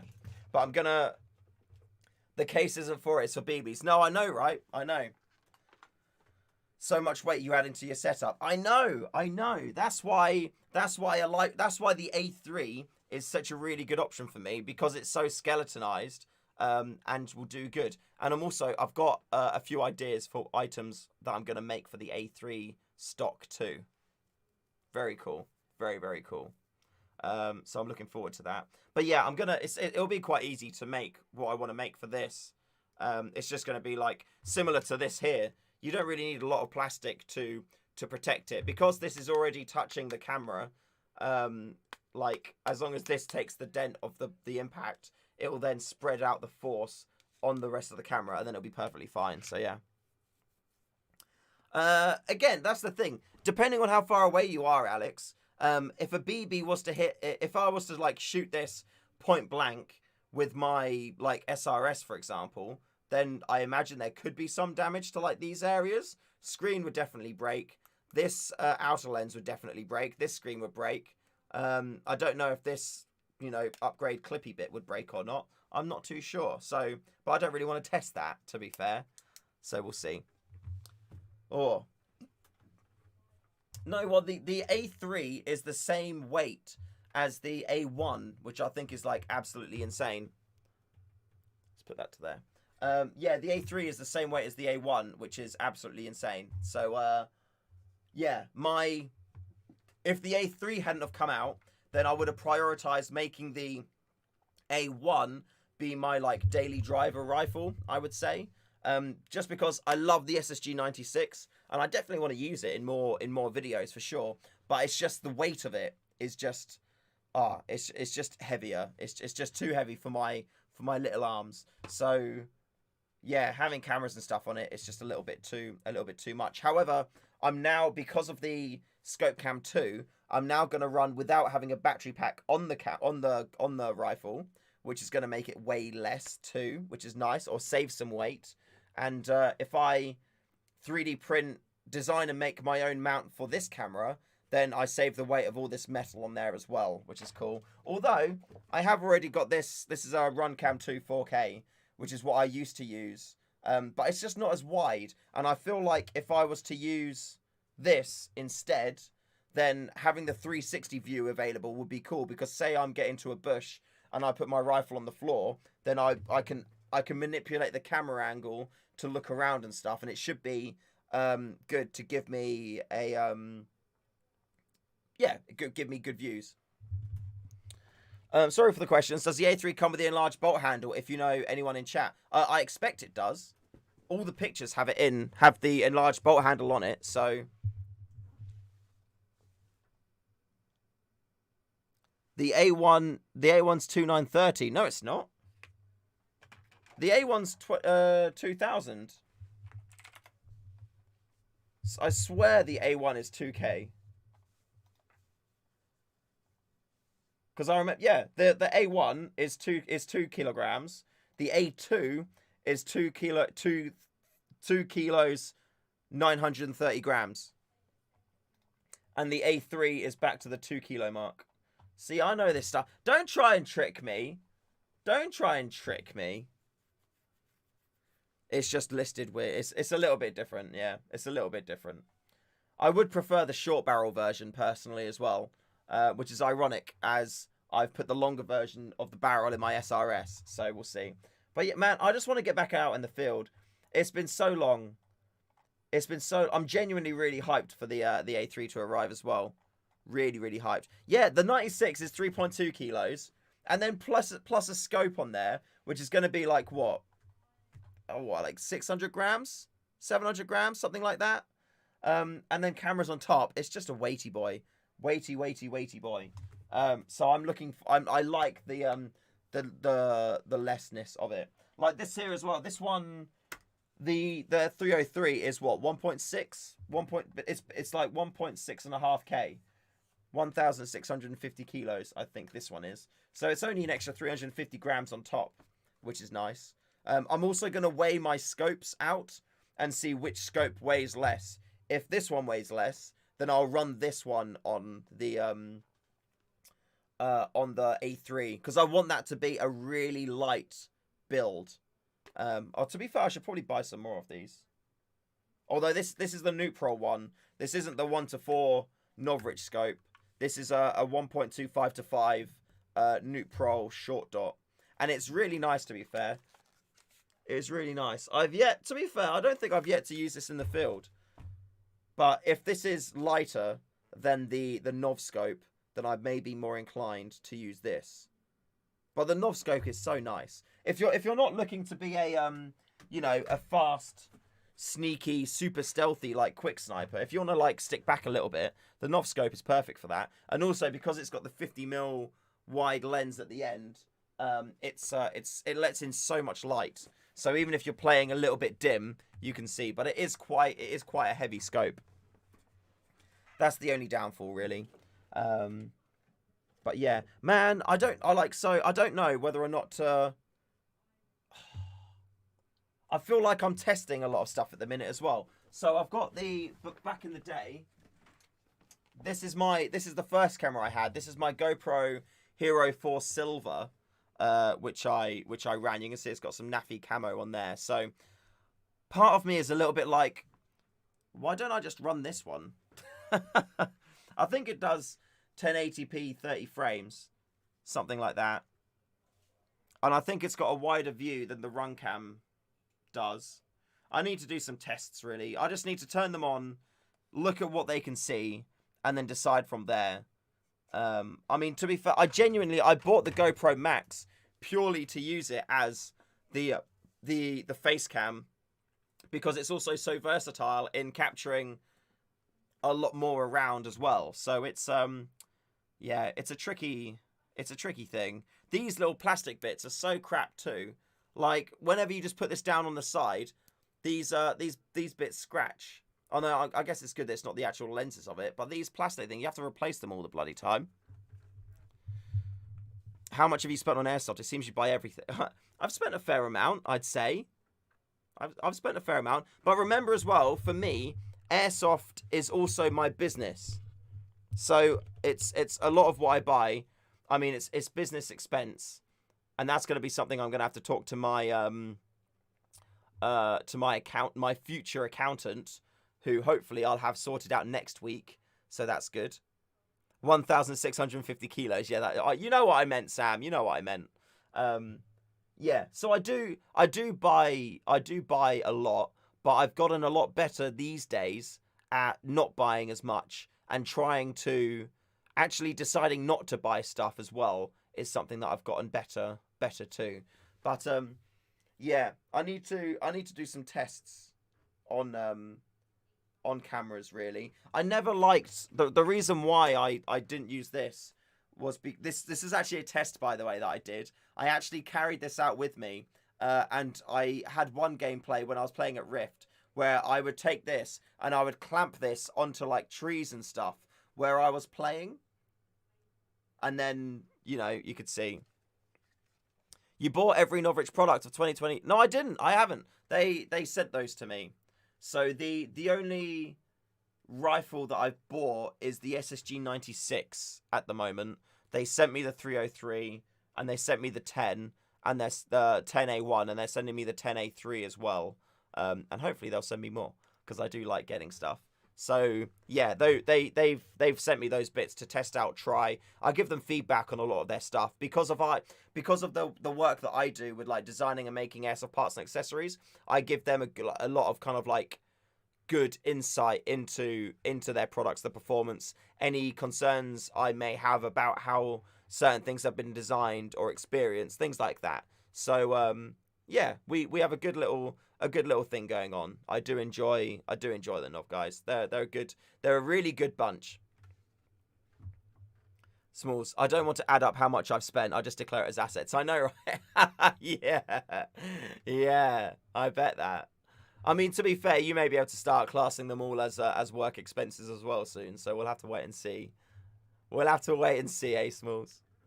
Oh, Marty guy, hello sir. Come back for another look. How are you doing? The thing is, it's the kind of thing where you don't have to spend a lot on Airsoft in order to have fun.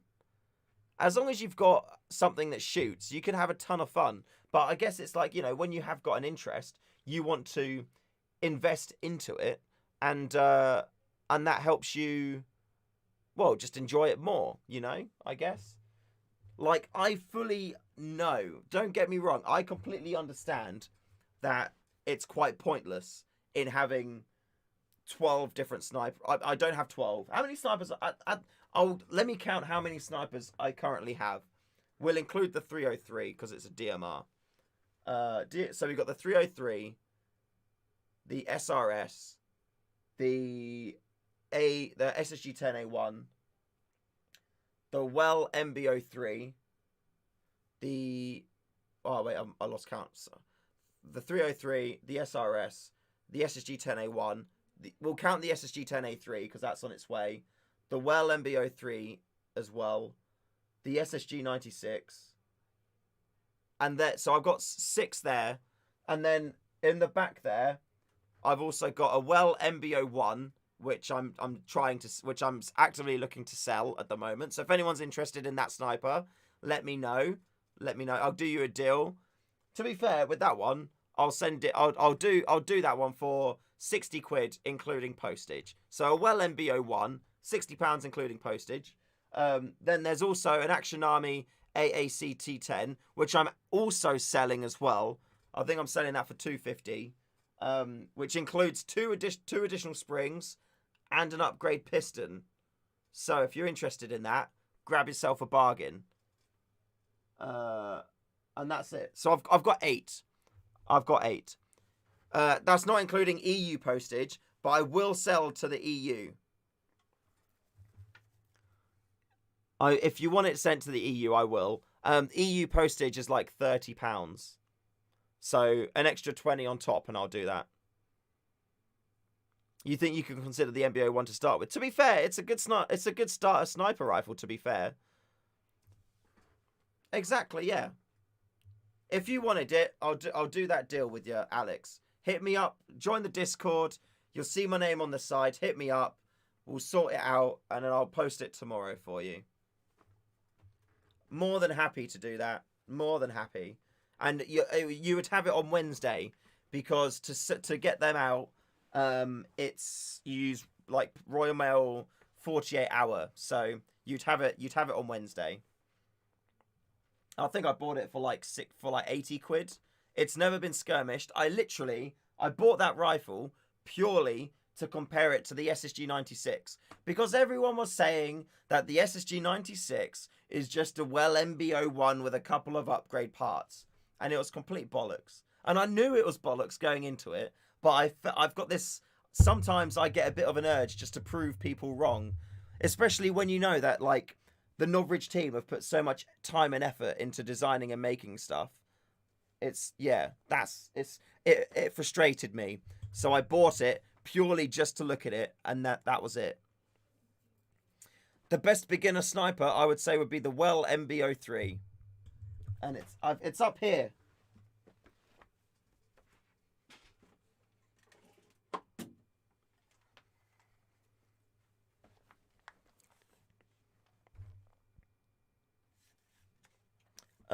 Been putting it off for a long time.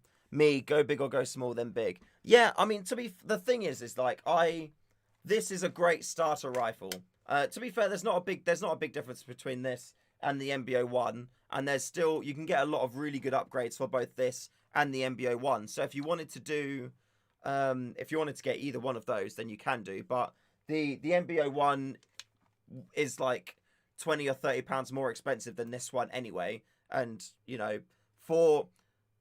to get this one in the UK, I think you'll be spending at least £70 anyway. So, yeah, the Well MBO1 is more expensive than this. So I'd say the MBO1's a good option. But this is a little bit cheaper, but it's super fun. And I keep this one completely stock.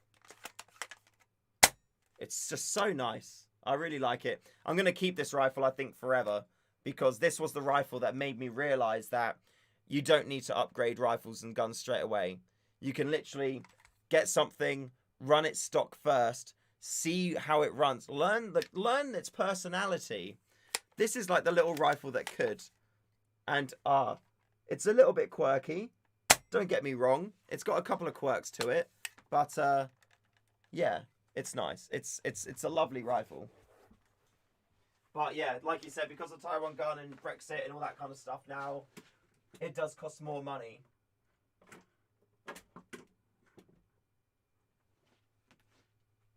But do you want to see it? Do you want to see it? Hold on.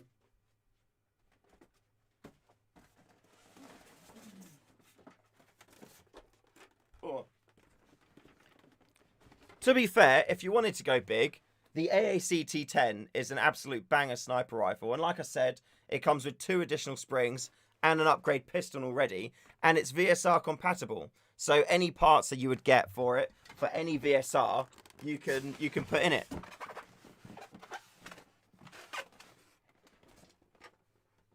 There you go. This is a toy gun, YouTube. It is a toy. It is a toy. So the cool thing with this one,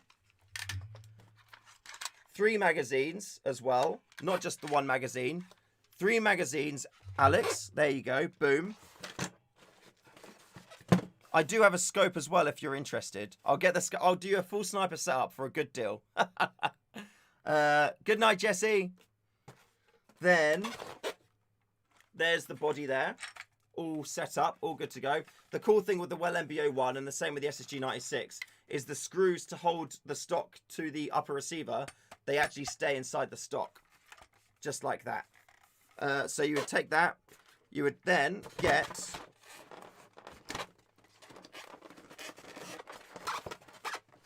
if my fingers do it right, there's your upper receiver. And then you pop your upper receiver just in there, just like so. Oh, wait.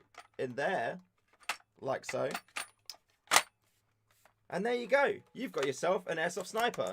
You do need to put the screws in, of course. But just like that. And it actually sounds really nice. Does sound nice. There is a trigger safety, which you can see there. And there is also a safety catch here too. So you've got double safeties if you like. But yeah. That's how you cock it as well, by the way. Watch the video too.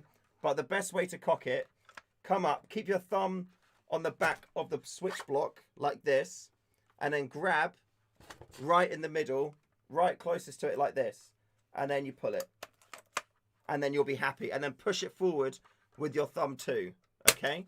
So, thumb, the way I do it is push my thumb forward onto the block first. Pick it up with that finger there. And then pull it back nice and tight, as close to the cylinder as possible. And then push it forward with the thumb. And then done, like that. Why do you have to put your thumb on the back? I find it's comfortable. And it's also for positioning everything else. Because I know that if my thumb goes here, my finger positioning is now automatic for everything else. If I'm reaching for the bolt, I then do that. I then move around like this. Whereas if I just go from this position here, my thumb just comes up. I can now do everything without looking. It's just all automatic. And finding that, it's so smooth. See that? It's so smooth and so easy. Looking over there, again, thumb just pops up. Everything just gets done. Nice and easy. You don't even have to think about it. And that's important. Because if say you take a shot at someone, and then all of a sudden you hear a rustle over there, you want to make sure that everything you're doing is as automatic and as smooth as possible. The other thing with this rifle, because it's an L96, there's one glide ring at the front. There's no glide ring on the back like with the SSG 10 or with the VSR 10 rifles. It's all just in the metal. So the more perfectly aligned backwards you can pull it and push it, the better. So if I was just to pull it on the side like this angle, which you kind of see there, this angle is making the whole cylinder want to go this way and push to that side of the rifle. Whereas if I hold it up and pull it backwards, it's much more linear. That's the word, Smalls. Yeah, it's much more linear like that. And when you're pushing it with your thumb, if you're pushing it with the front bit, it's still smooth for sure, but that will get a bit less smooth over time. Because even when you're pushing it like this, like if I just go like that, you see the receiver's coming up. So again, it's less linear. Whereas if I'm just pushing it with my thumb, perfectly smooth, no movement at all. You see that? That's it. I mean, these are all like the tiny little nuances that you learn after trying different rifles out. You know, I'm the kind of guy who is happy to spend or waste, spend money in order to learn and understand how something works, and that money is now kind of like gone and is unusable again. So say, for example, like I've bought stuff and then broken it, and I've come away from that with the knowledge of knowing why it broke, how it broke, how that affects other things, and what I can do better. And like it was from buying this, I was able to get a greater understanding of how the upper receiver worked, how it was similar, how it was different to the SSG 96, and as a result, my SSG 96 is now fucking sick. Seriously, I mean, maybe on this one too. If I just drop that down, will it drop? There you go. So you see, I have to push that one in there. The SSG 96, you pull it, boom, and it goes straight down. This is still super smooth though. It's not crunchy. There's no dirt or anything in there. Super smooth, super nice. But, oh man, learning those little things, it makes your life so much easier in the field, because I don't have to think about that now because I've got that little trick that I know of. My thumb comes out the thumb hole, finds that. As soon as I get that placement, my hand automatically does it. I don't have to worry about getting the right angle, grabbing the charging handle and in a specific way or something like that. I don't have to worry about that. My brain just goes into auto mode, and that's great because that means I can spend more time worrying about where the enemy is or where the objective is and taking part in the game. I mean, the whole reason why I started doing Project Airsoft in the first place was to make it so I can design and make tools and accessories and, you know, upgrade pieces which enables you to focus on playing Airsoft more. Because I've been killed so many times when I've been like, you know, messing about trying to get a grenade out of a pocket or some shit like that, or, you know, I can't get my magazine back in a holster. I mean, you must have done it. How many times have you been killed by, you know, you've been behind cover, and instead of focusing on the guy you're trying to shoot at, you're there trying to get your magazine in because the bit of fabric has bent over and that bit of elastic on the top is in the way and it's caught underneath the magazine. You know, it happens all the time. So I do not, the last thing I should be worrying about, and the same with you guys too, the last thing you should be worrying about is your own kit, is your rifle, is anything like that. If you're out in the field and you have to run a certain way because you've got a pistol holstered on your side, and if you run normally it flops all over the place, so you kind of have to run dragging your leg behind you almost, change it. Your life can be better because you're instantly like, you know, your priority at that point isn't where's the enemy, where's the objective, where's the rest of my team, where's my cover. The only thing that's going on in your head at the moment is I need to run like a wally, otherwise my gun's gonna fall out. And that's not cool. There's so many better things you could be thinking about at that time than trying to run like that so your gun doesn't flop out of its like fucking holster. Infinite amounts of stuff. And it's worth looking into. It's worth researching it. All of that stuff. I mean, it's exactly the reason why I made that tool. It's exactly the reason why I made the tool for the Mark 23 here. Like, when I'm out in the field, if my, you know, depending on the temperature, which we all know changes quite a lot, your hop will change because the power in your magazine is going to change. So I need to be able to change this on the fly. Otherwise, I'm just going to be out in the field and either overhopping like mad, or I'm just going to be like dribbling out the end of my barrel. So I either need to, like, you know, aim like this or aim like this and maybe not hit people. So I was like, I need to make something which I can adjust my hop in the future with while I'm in the field. I don't want it to be I don't want to be in the way. I don't want to have to carry anything extra for it. I just want it to work. And that's when I came up with that idea, which is just that little Mark 23 thumb screw tool. There's a little Allen key in the end there. I can now adjust my hop just like so. And then once I'm done, it just goes back into the trigger guard, just like that. And now I don't have to worry about it. I don't have to carry an Allen key anymore. I don't have to, you know, it doesn't get in the way. It doesn't affect anything. But it's a cool tool that I've got that I can use to adjust it. Oh. Does it fit from inside? It does indeed, yeah. So if you wanted to mount it the other... I have tried it like this, but I feel like it's more of a pain to get it out. You can have like one-hand operation on it mounted externally. But yeah, you can mount it like that. And again, it doesn't get in the way at all. No problem like that. No problem like that. It's all good. But again, it's more of a...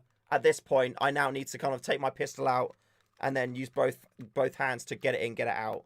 Whereas when it's just on the outside of it, again, it doesn't get in the way. And it's one-hand operation all the time. Like that. Does it still fit in a DTD? So it doesn't. But at the same time, DTD holsters already have an Allen key in them. So I've not designed this to be like completely compatible.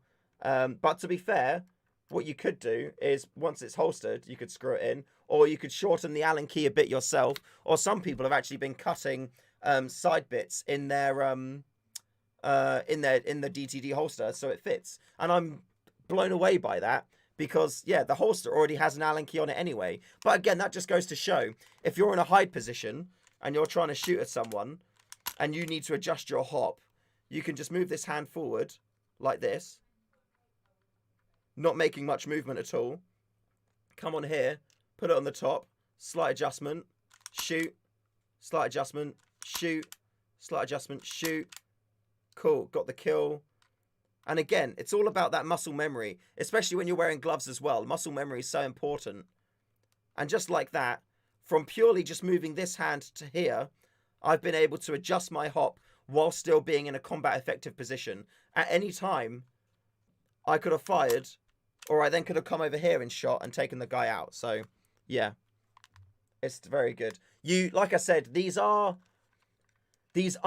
completely compatible with DTD holsters. However, you could, if you wanted to shorten how many threads are here, you could. And if you wanted to shorten the Allen key on there, you can. But I feel like the size of it at the minute is much more of a comfortable size for, you know, everyone else.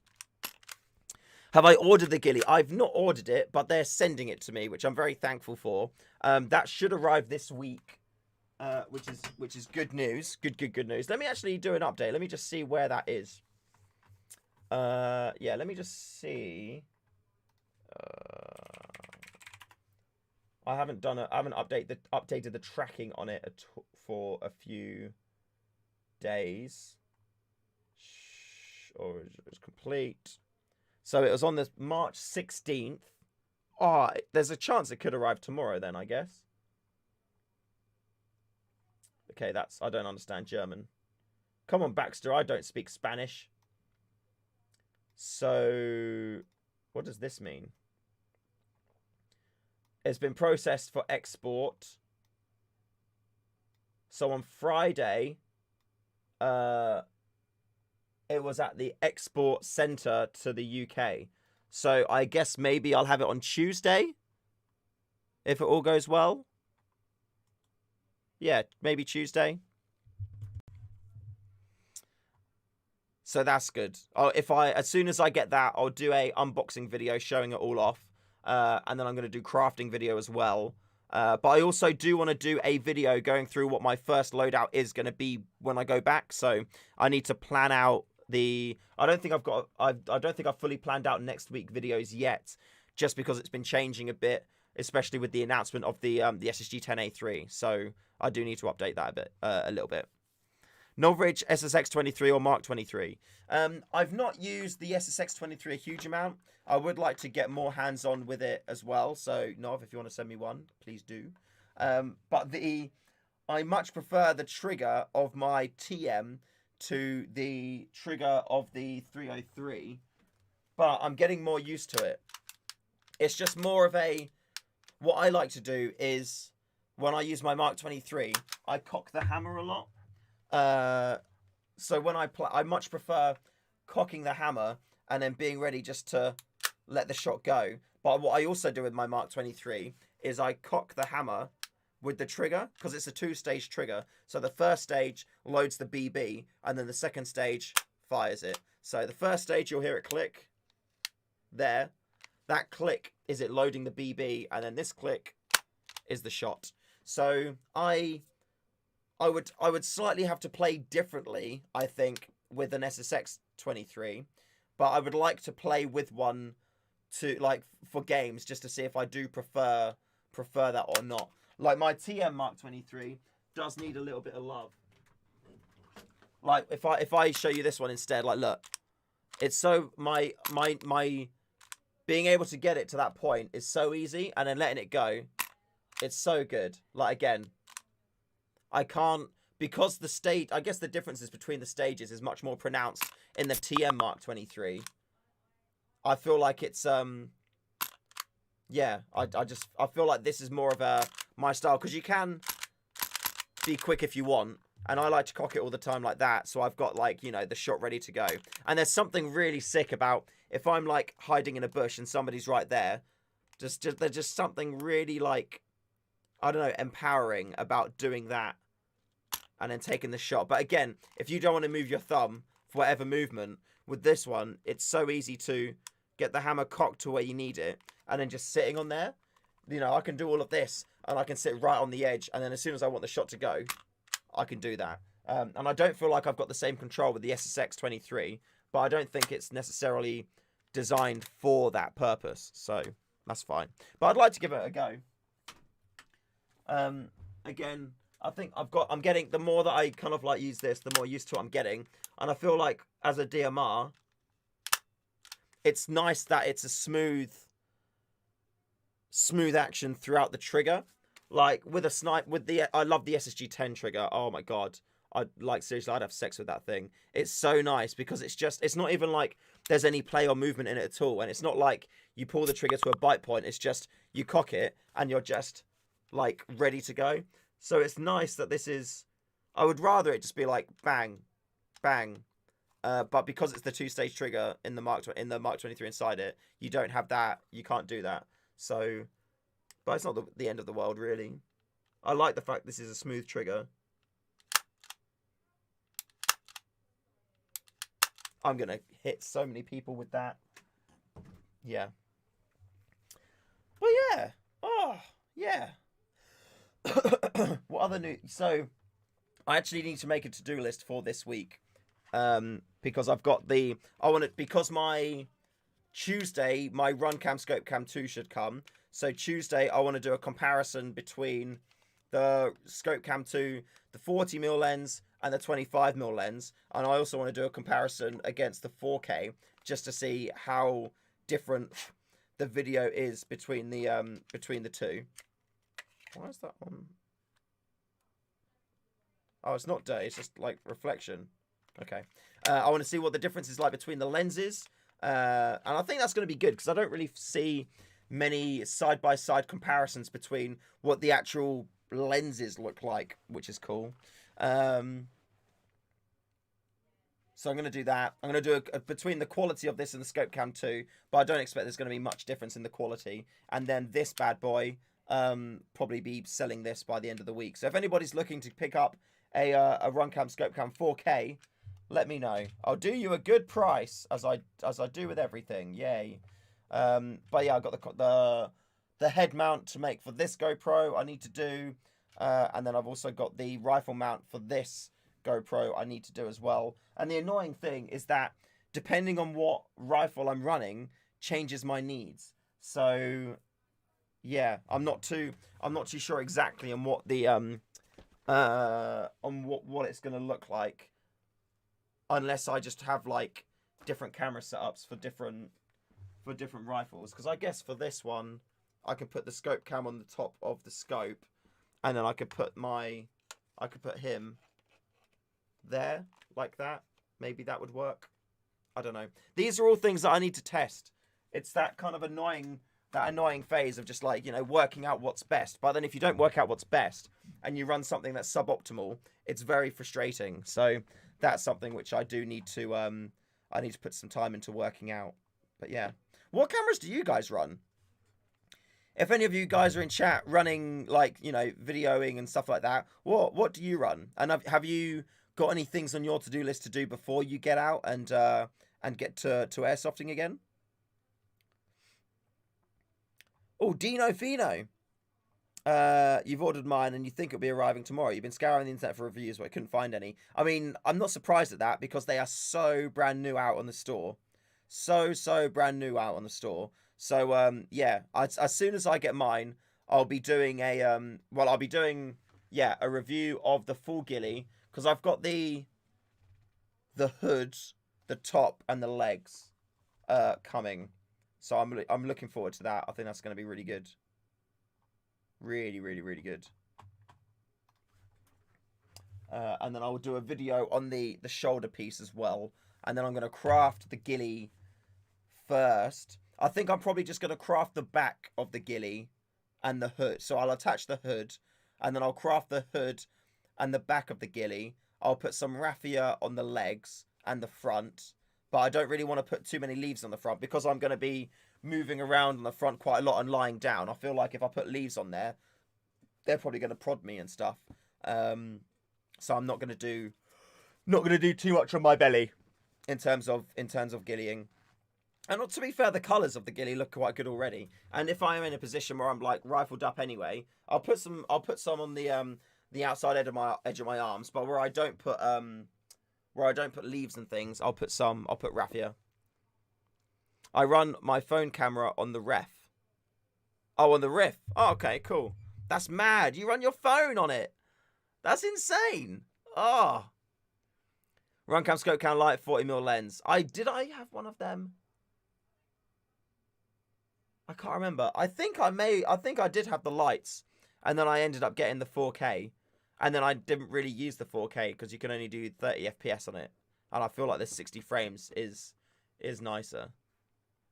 And also, it costs less battery as well if you run at the lower resolution. So I think I may end up running 1080 at 30 just because in my head I'm like, if the frame rate's lower, then the shutter speed can be lower and then it can be lighter and that's going to make it look nicer. And then it's also going to be better battery life. So maybe that's a good reason to do that. And the file sizes will be smaller too. So that's good. So I might try 1080 30 and have that be the optimal frame rate. You've recently respawned Walker's Airsoft. I've recently butchered my cheapo camera to fit into a dummy pec box. Ah, dude. Oh. I mean, if it works, though, it works. So that's good. I have also got, speaking of which, I do have Tacticam camera as well. The Tacticam 5 with the FTS mount. I need to play with that more. I've tried setting it up, and it hasn't been great so far, but I think I've been setting it up wrong. So that is something that I do need to revisit and could potentially change the way, I film videos. And I'm very excited for that, but we'll have to wait and see. You've been thinking of buying a cheap Chinese GoPro replica off of eBay. I mean, do I have any of those left? They're not GoPro replicas. They're a different company that make them. I think I've sold all of those now because I did have 6 of them. I have got one here, which I don't know what I'm doing with. So if you did want it, I can hook you up potentially.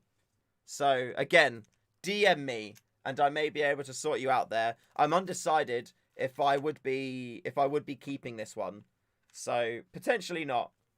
And if you are interested, let me know, and I've got the original box and all the accessories and stuff like that too. So just give us a shout. You like the higher FPS on your arm cam to show shots in slow motion? I've not dabbled too much in slow mo with scope cams and things. I enjoy watching them, but it's just never really, I don't know, had a huge appeal for me, to be honest. So I'm not too sure. You did knacker the battery wires though. So now it runs straight from a power bank. That's fair. I thought I had one of an annoying realization with the GoPro Hero 9 that it doesn't charge when you put a power bank into it, and I was like, oh god, no, that means I can't use it for my purposes at all. What's happened? But what it actually means is you can connect a power bank to it, and it will use the power from the power bank. It just won't charge the battery. So if you start it on like 23% and you put a power bank on, it will use all the power bank battery, and this will still be on 23%. And then when the power bank dies, this will then start using the onboard battery. So that's actually the best scenario, I guess. Best case scenario, something like that. It's good. Because I guess you don't, and there's no interruption as well in the filming. And it would be annoying because if they interrupted the filming, that would be a right pain. And I guess if it was constantly charging the battery, then that's going to degrade the life of the battery. So it's good that it doesn't use that power, but it's still kind of like clever enough to know that if that mains power is disconnected, it will then use the inbuilt battery. So that's good. But yeah, I do need to sort that out. I've got my max lens as well, which I will be using if I take this other lens off. The max mod lens, which will give me that wider field of view. There we go. Just like so. Boom. So now it's like bigger, like that, which is cool. But it does change the settings that you would have on the camera as well. It's funny. And you actually get a really cool fisheye effect. If I go like that, you get a really cool fisheye effect if you don't select the max mod settings. Oh, it's so weird. I like the selfie camera on the front, though, too. It's good. Really, really, really good. You said you were an actor. What have you done? I've McDonald's commercial. We've shown that a few times on the live stream. I've done a couple of theatre tours around the UK and Ireland. I've been stage host as well. I've done a lot of esports and gaming stage hosting. What else? A couple of other TV commercials. Do you know Jesse Eisenberg? He was the main character. He was what's his name? He was Lex Luthor in a Superman film. He was the main character in The Social Network. He played Zuckerman in it. Zuckerberg. He was the guy. He was in Now You See Me, that magician-y one. Let me get that up. I was his neck and hands. Let me get a picture of him up, and then you'll know who I'm talking about.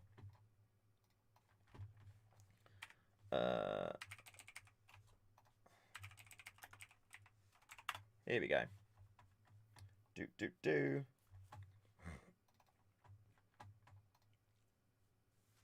This guy. I'm his neck and hands in a film he did called The Double. I wasn't his double in there. I originally auditioned to be his double, ironically, but I didn't get it. So, but yeah, I was his neck. You see, we got a similar neck. I was his neck double, and his hand double. So in the film, I may be able to find the bit actually in the film. Let me come back to me. You may be. I mean, you're probably going to be like, this sounds really fishy, and it's probably BS. But I guarantee you, it's not legit. It was directed by Richard Owadi, who is Moss from the IT Crowd, and he actually. I had to take my trousers down for him to see that. It's quite a funny story, yeah. So Moss from the IT Crowd has seen me in my pants. It's a strange world I live in. It's a very strange world I live in, I must admit. Let me get. I actually haven't watched this film all the way through yet. I really should have done. Oh, there's him in the lift. I'm just trying to see the bits where it was me. I had a really awkward moment actually with Moss. So Moss from the IT Crowd, Richard Owadi, he directed this film. I had a really awkward moment with him because I was waiting for the film to be released so I could like go and see it. And then I saw him at like a Comic-Con, just like walking about and whatnot. And I asked him, I said to him, I was in it. I was Jesse Eisenberg's blah, blah, blah, blah, blah. You saw me in my pants. When's it coming out? And he told me it's already been released. And I was very sad and upset. And I was like, that's really embarrassing. Oh, we're in the lift. I was his hand for the lift scene. Let me see if I can see my fingers, my hand in the lift. I don't think so. Oh, see, that's the thing. When you do like all the close-up scenes and stuff in movies, and then they cut them, you feel really sad because you're like, ah, that was my hand. Where's the bit where he cuts his neck? I'll show you the little bit where he cuts the neck, if I can.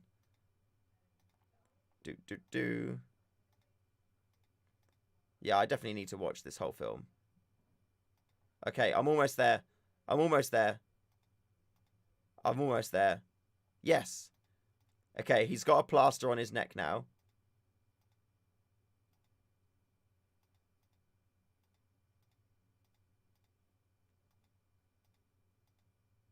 I mean, I feel like the payoff for this is probably not going to be sufficient. Oh, wait, here we go. Yeah, I'm there. Okay, so, fun fact. Dude, I'll pause it. So, it's Jesse. That's my neck. That's my neck. I know it sounds like a really odd thing to be, you know, excited about, but that is my neck.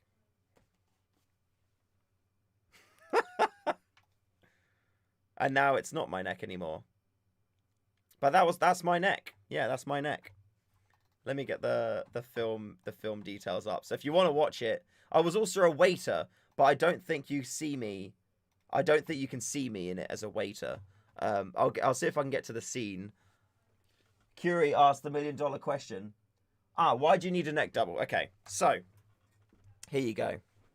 This is why you'd need a neck double and a hand double. Oh, my GoPro's just turned off. So, let's say you're making a film, yeah?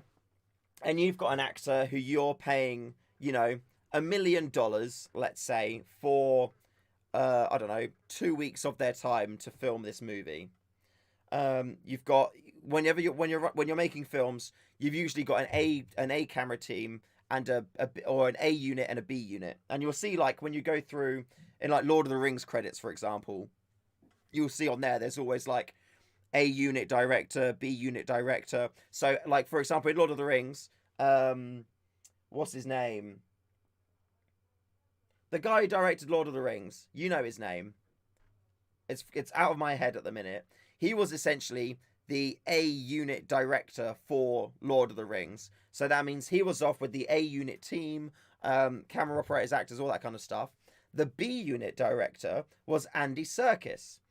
Peter Jackson, yeah. So Peter Jackson, A unit director. And then you had Andy Serkis, who was Gollum, Smeagol, you know, in the movies. He was the B unit director.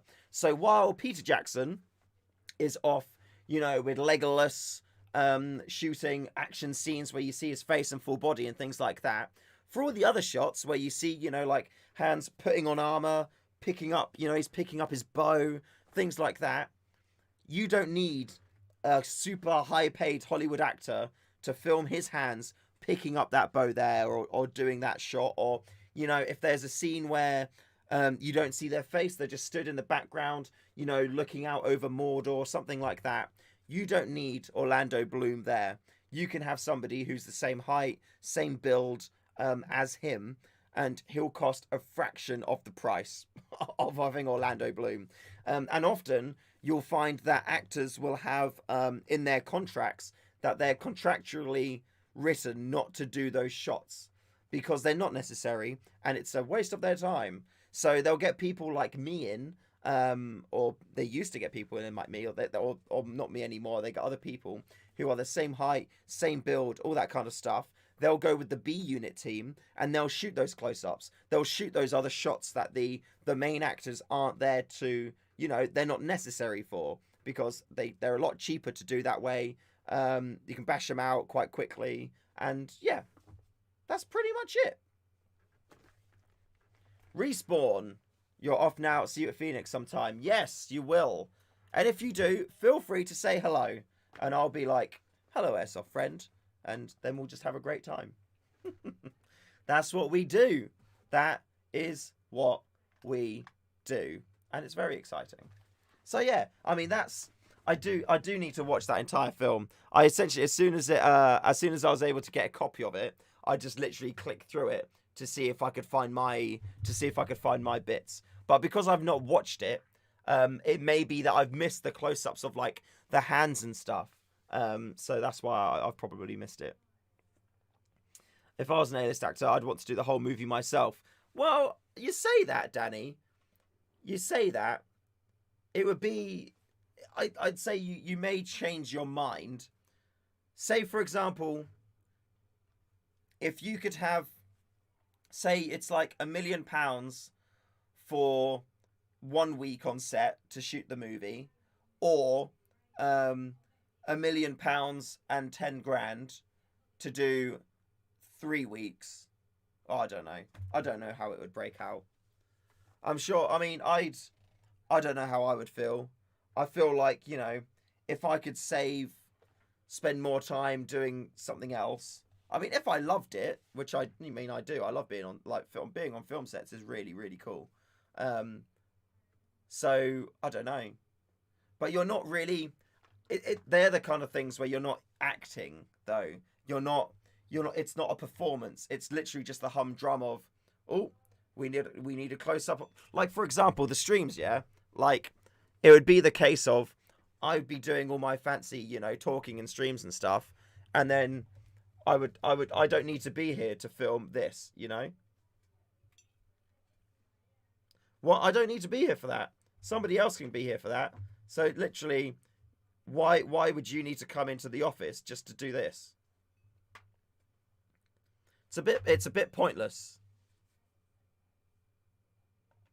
It's like, you know, literally going in for the day to do that. It feels a little bit pointless, isn't it? I mean, it's the kind of thing where I know what you mean in terms of like, you know, wanting to trust other people to do that thing. Bye, Flares. I'll see you later.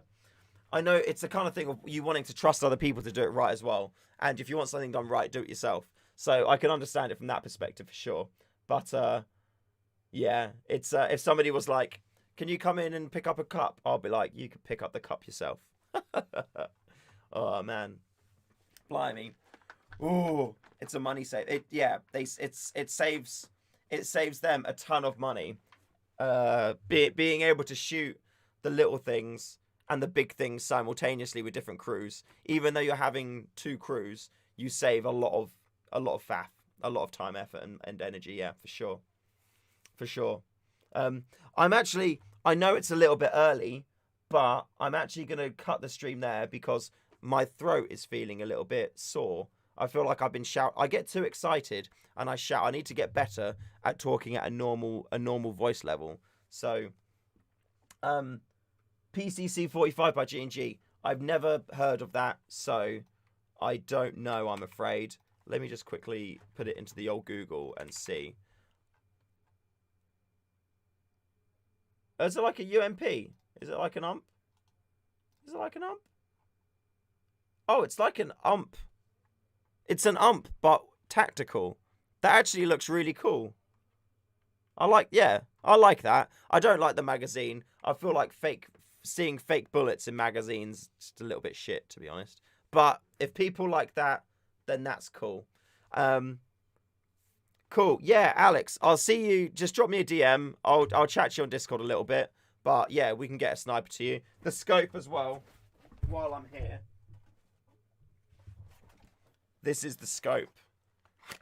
And again, this is literally brand new. I bought it because I thought it was a different scope than it was. And then I never actually used it. So it's brand new, never been used.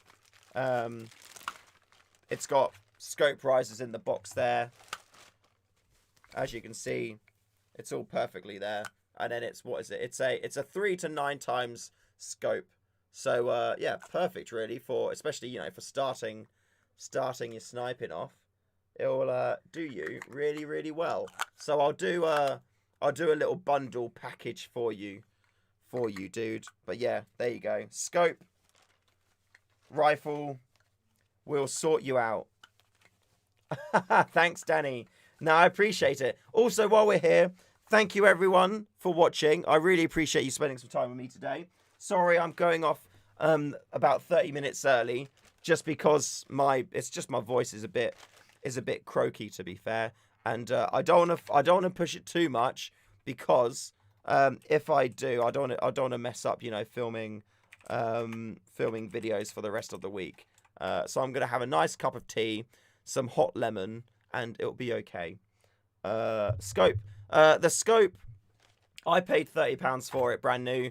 25. I'm happy for 25, and I won't charge any extra for like shipping, because we're already shipping the rifle. So 25 for the scope, and then whatever I said for the rifle. I think I said what, 60 for the rifle shipped. So 85 in total for the sniper plus the scope. And I can get that shipped tomorrow for you. Thank you guys. I'm happy that you enjoyed the stream. Thank you for enjoying it and checking it out. Please do join the Discord. People are in there chatting all the time about everything under the sun. And yeah, it's just a very positive, happy, nice place to be. So join the Discord. Thank you to all my patrons as well, supporting the channel. Oh, it's so hard to speak. Thank you to all the patrons for supporting the channel. And yeah, I hope that you're enjoying everything and having a good life. Look after each other. Enjoy yourself. And yeah, I will see you in the next one. Call your hits. Call your hits, everyone. I love you very much. Thank you for joining me. And yeah, bye-bye. Bye-bye. Stay fresh. My name is Shu. Stay fresh. Stay fresh. I'm really bad at ending streams, aren't I? I need to get better at that.